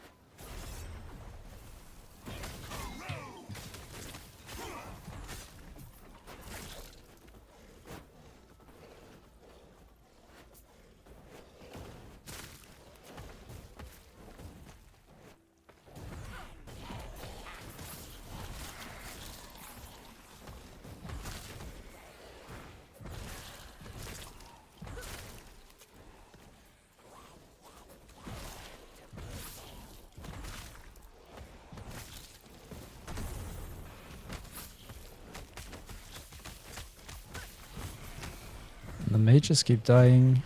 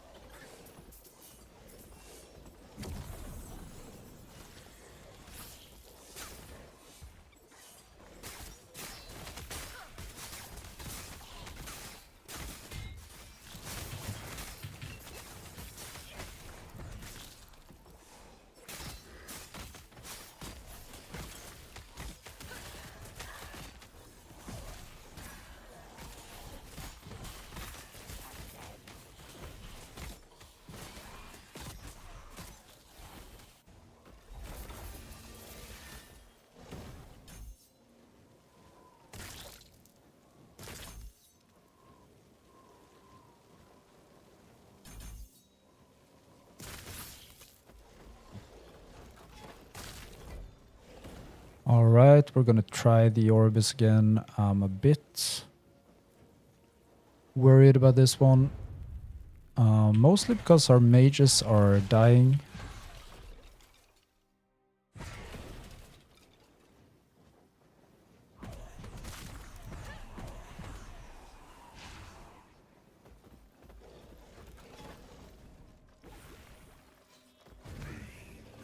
An eternity of pain.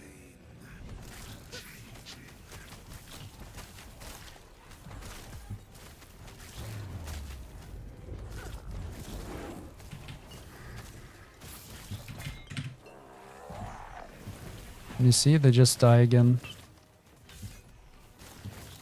Just kind of worrying.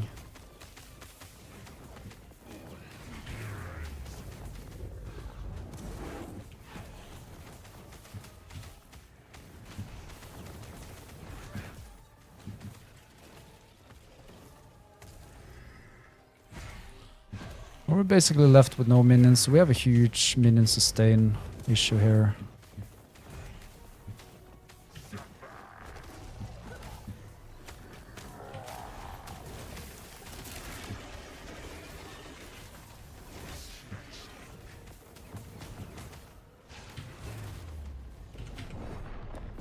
We cannot really kill him now. I think we have massive issues on our hand with the minion sustain. So we might even have to respec a little bit.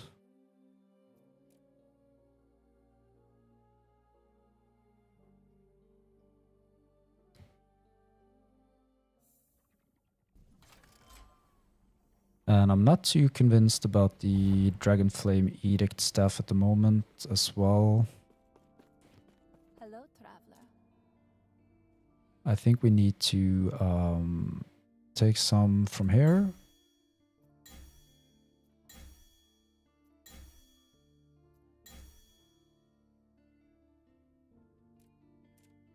And we're going to go for some minion health.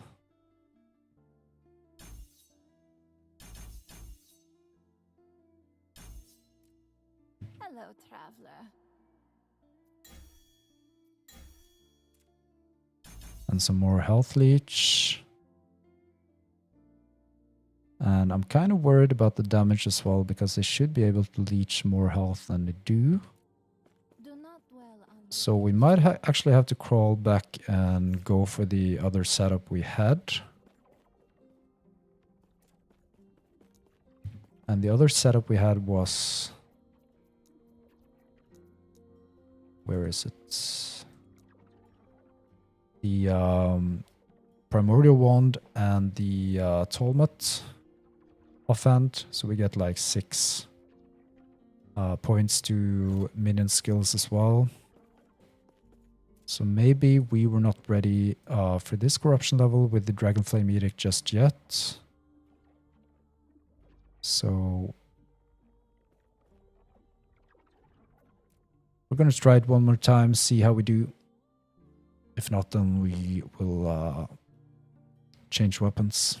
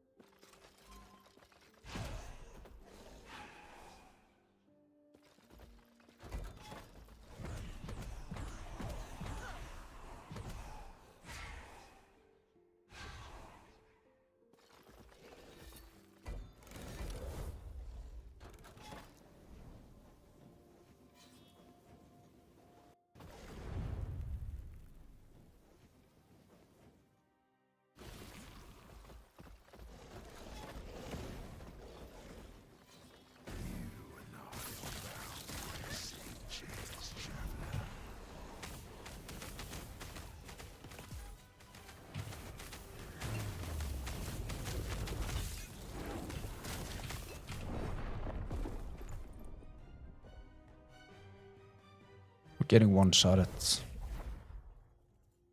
But I think our setup at least looked a little bit better.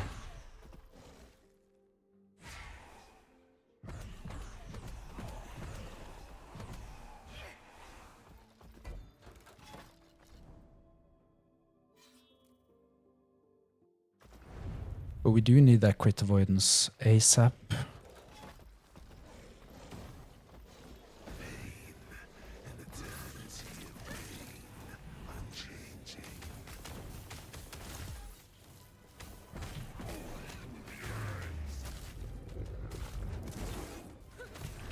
You see, we get one-shotted every time.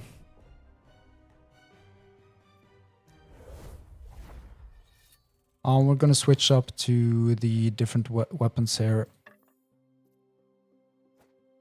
For now, we get a lot more skill points.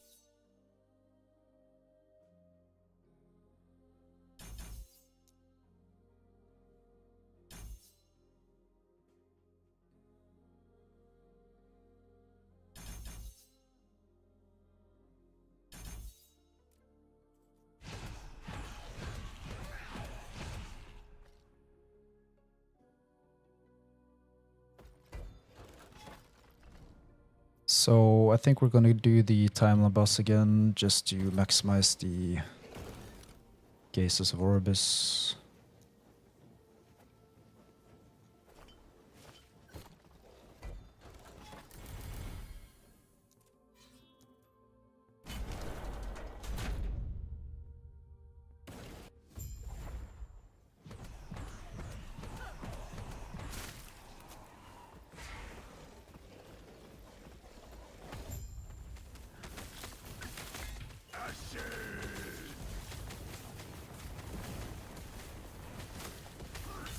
And you see the golem is just standing there.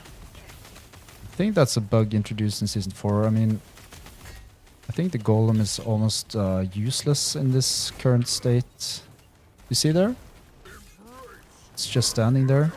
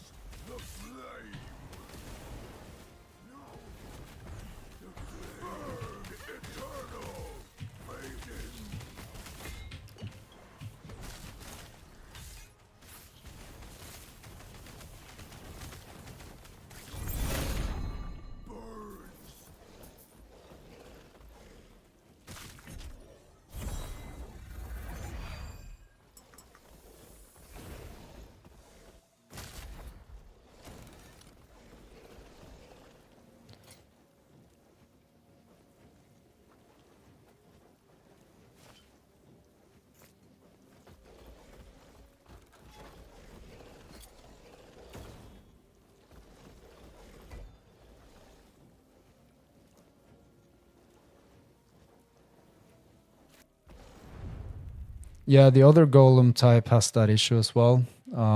We saw that during the campaign.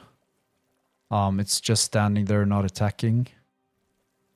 And we didn't have a fire golem then, so it's like the other minions are blocking its engagement path. So it cannot really engage the enemies if the other minions are blocking it. That's what it seems like to me.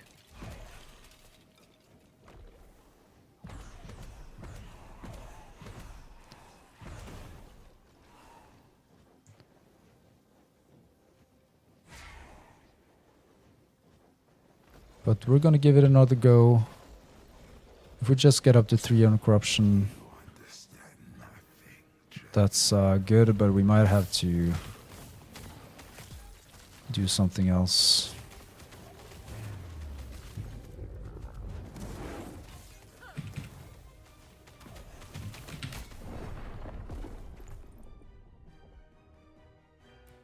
I mean, our damage is just so underwhelming at the moment. So I think we just have to kind of say that this is the corruption level we're at the moment.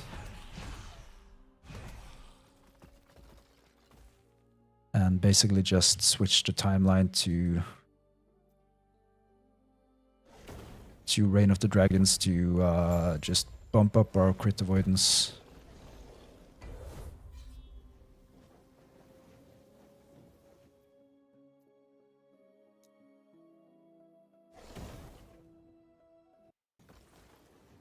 Your echo will break. But yeah, I'm really not impressed by the build at the moment. Obviously, we do have a lot of improvement here on the gear. Obviously, the belt, non-slammed weapons here, so this one is also utterly useless. It was a leveling relic, so we got a lot of improvement to do on the gear as well. So we might actually have to slam some gear. The only issue now is that we don't really know what we're going after, so I was thinking maybe going for more golems as well, but if they don't attack, then we'll definitely not go with more golems.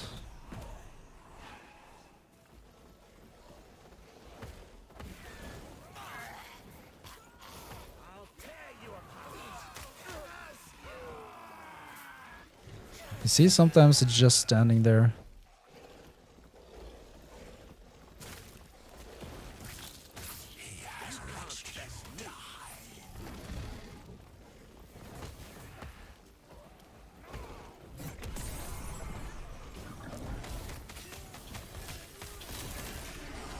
Maybe we'll even spec into Infernal Shade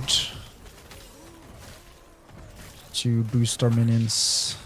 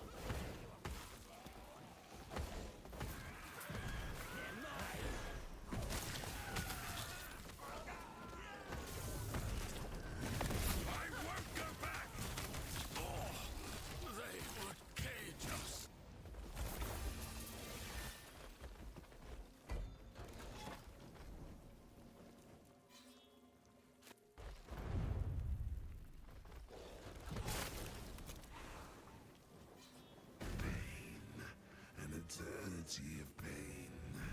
Unchanging.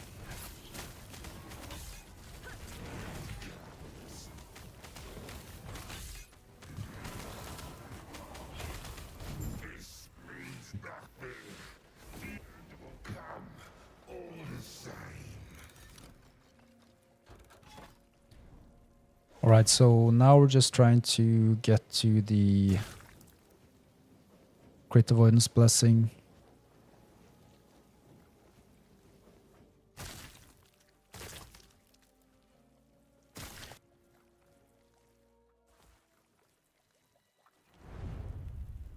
Each step is inevitable.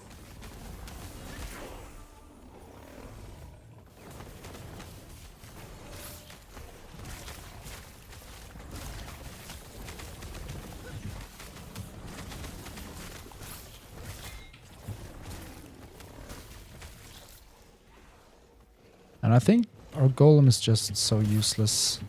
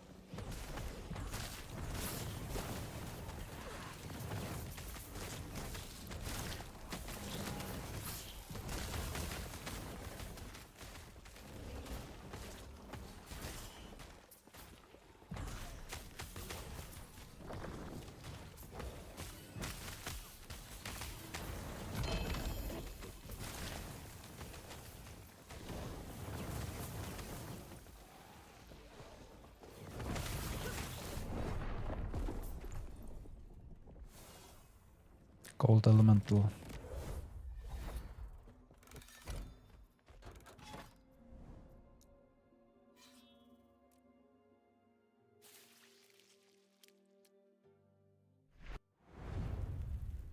The silence wakes.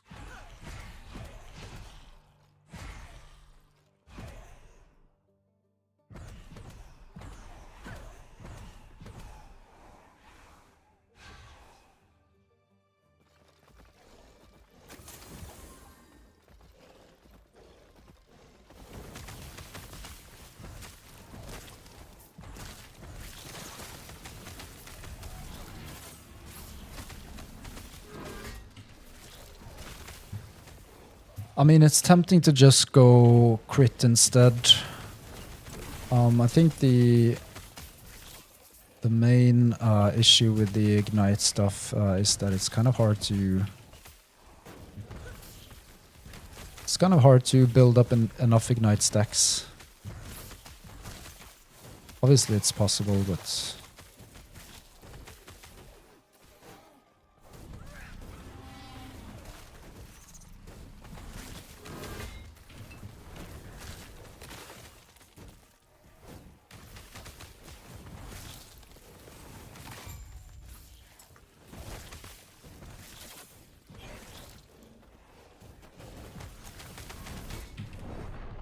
we got caught in the giant scorpion there. 2 hits. Yeah, so you see we're kind of struggling at the current corruption level. We should actually start slamming some gear.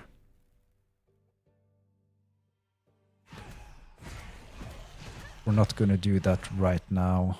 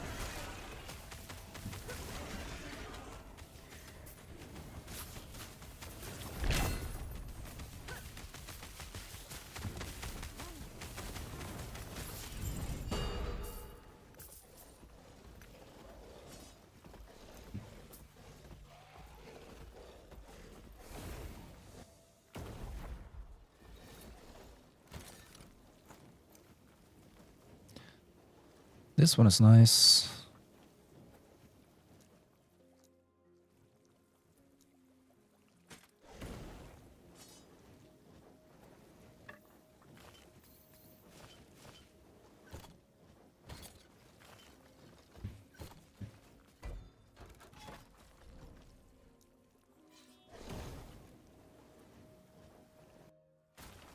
So I think we're doing fine as long as the golem is engaging and the mages stay alive, then we're doing fine. Got some survivability issues for ourselves.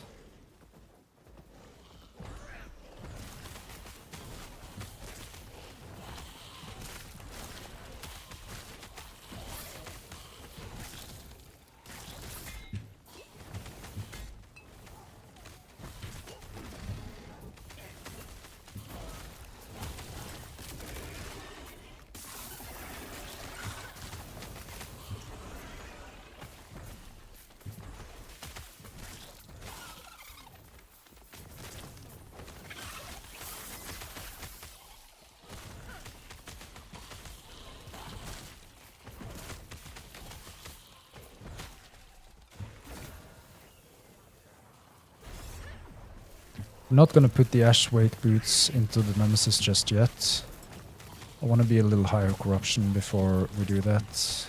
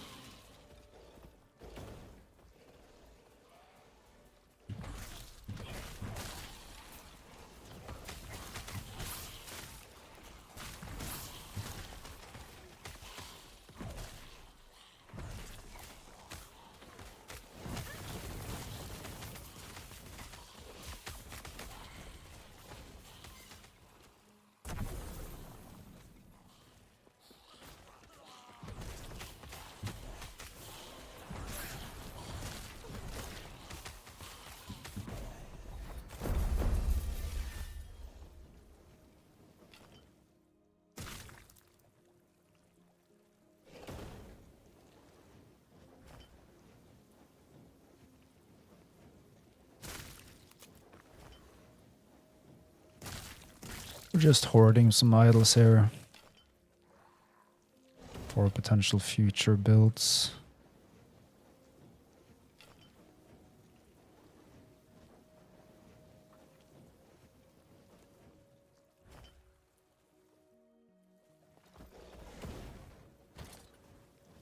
And this one is actually quite nice. We might use this one. And I think we need a new stash tab here.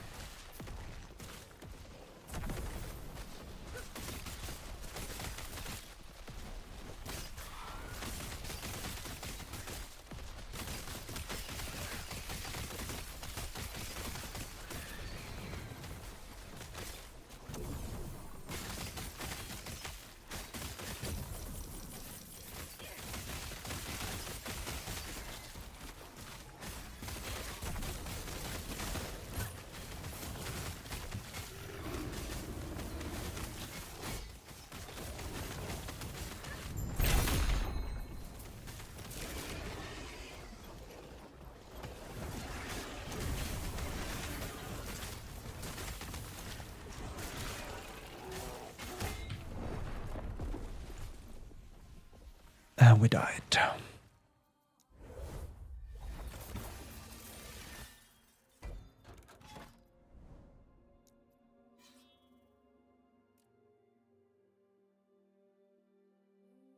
DJ Flame, all good. Yeah, all is good. Our build could have been in a better place at the moment. But I think that's mostly down to gear issues, where we still have some campaign leveling gear going. We haven't slammed our uniques, most of them at least.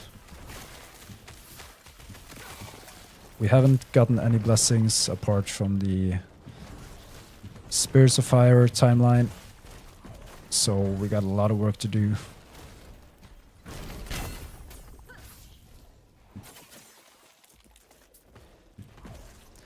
This is a seasonal character, yes.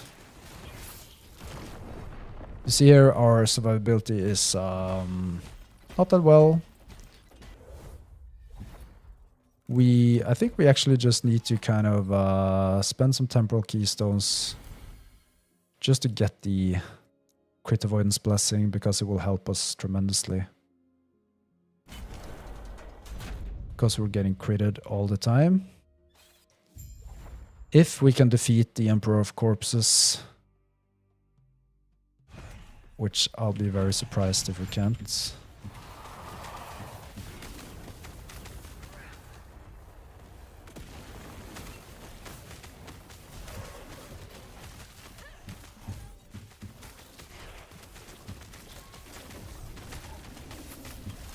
Do you see our mages are still being demolished?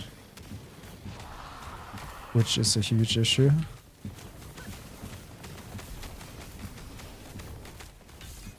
Even our golem is almost being demolished.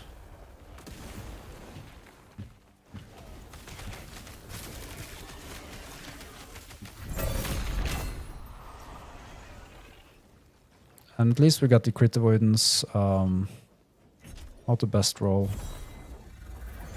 But at least now we got like 50-50 chance, if not more, to dodge critical hits.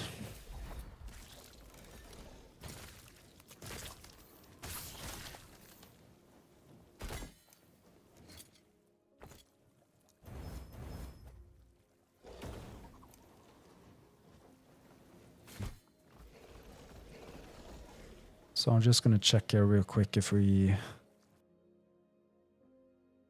got some other blessings. We might have to actually go for the armor blessing as well.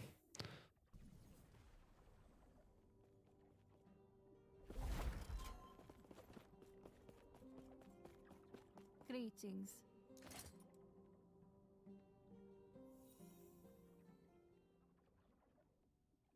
So ideally we want the all resistance blessing there. We might have to go for the flat armor. Our armor is decent, I would say. Our resistances are good. So with the crit avoidance, we should be in a better place now. We would have wished it was a bit higher, but at least it's something. So the upcoming plan is basically now to get some gear upgrades. Possibly go for the Aaron's Will body armor. Maybe we'll go for more golems, but I'm not too tempted to go for more golems since they seem to be kind of bugged at the moment, where they do not engage enemies. This one will definitely replace fairly soon. It basically gives us very little apart from the intelligence. This belt is going away for sure soon, although it served us well with the health and physical resistance.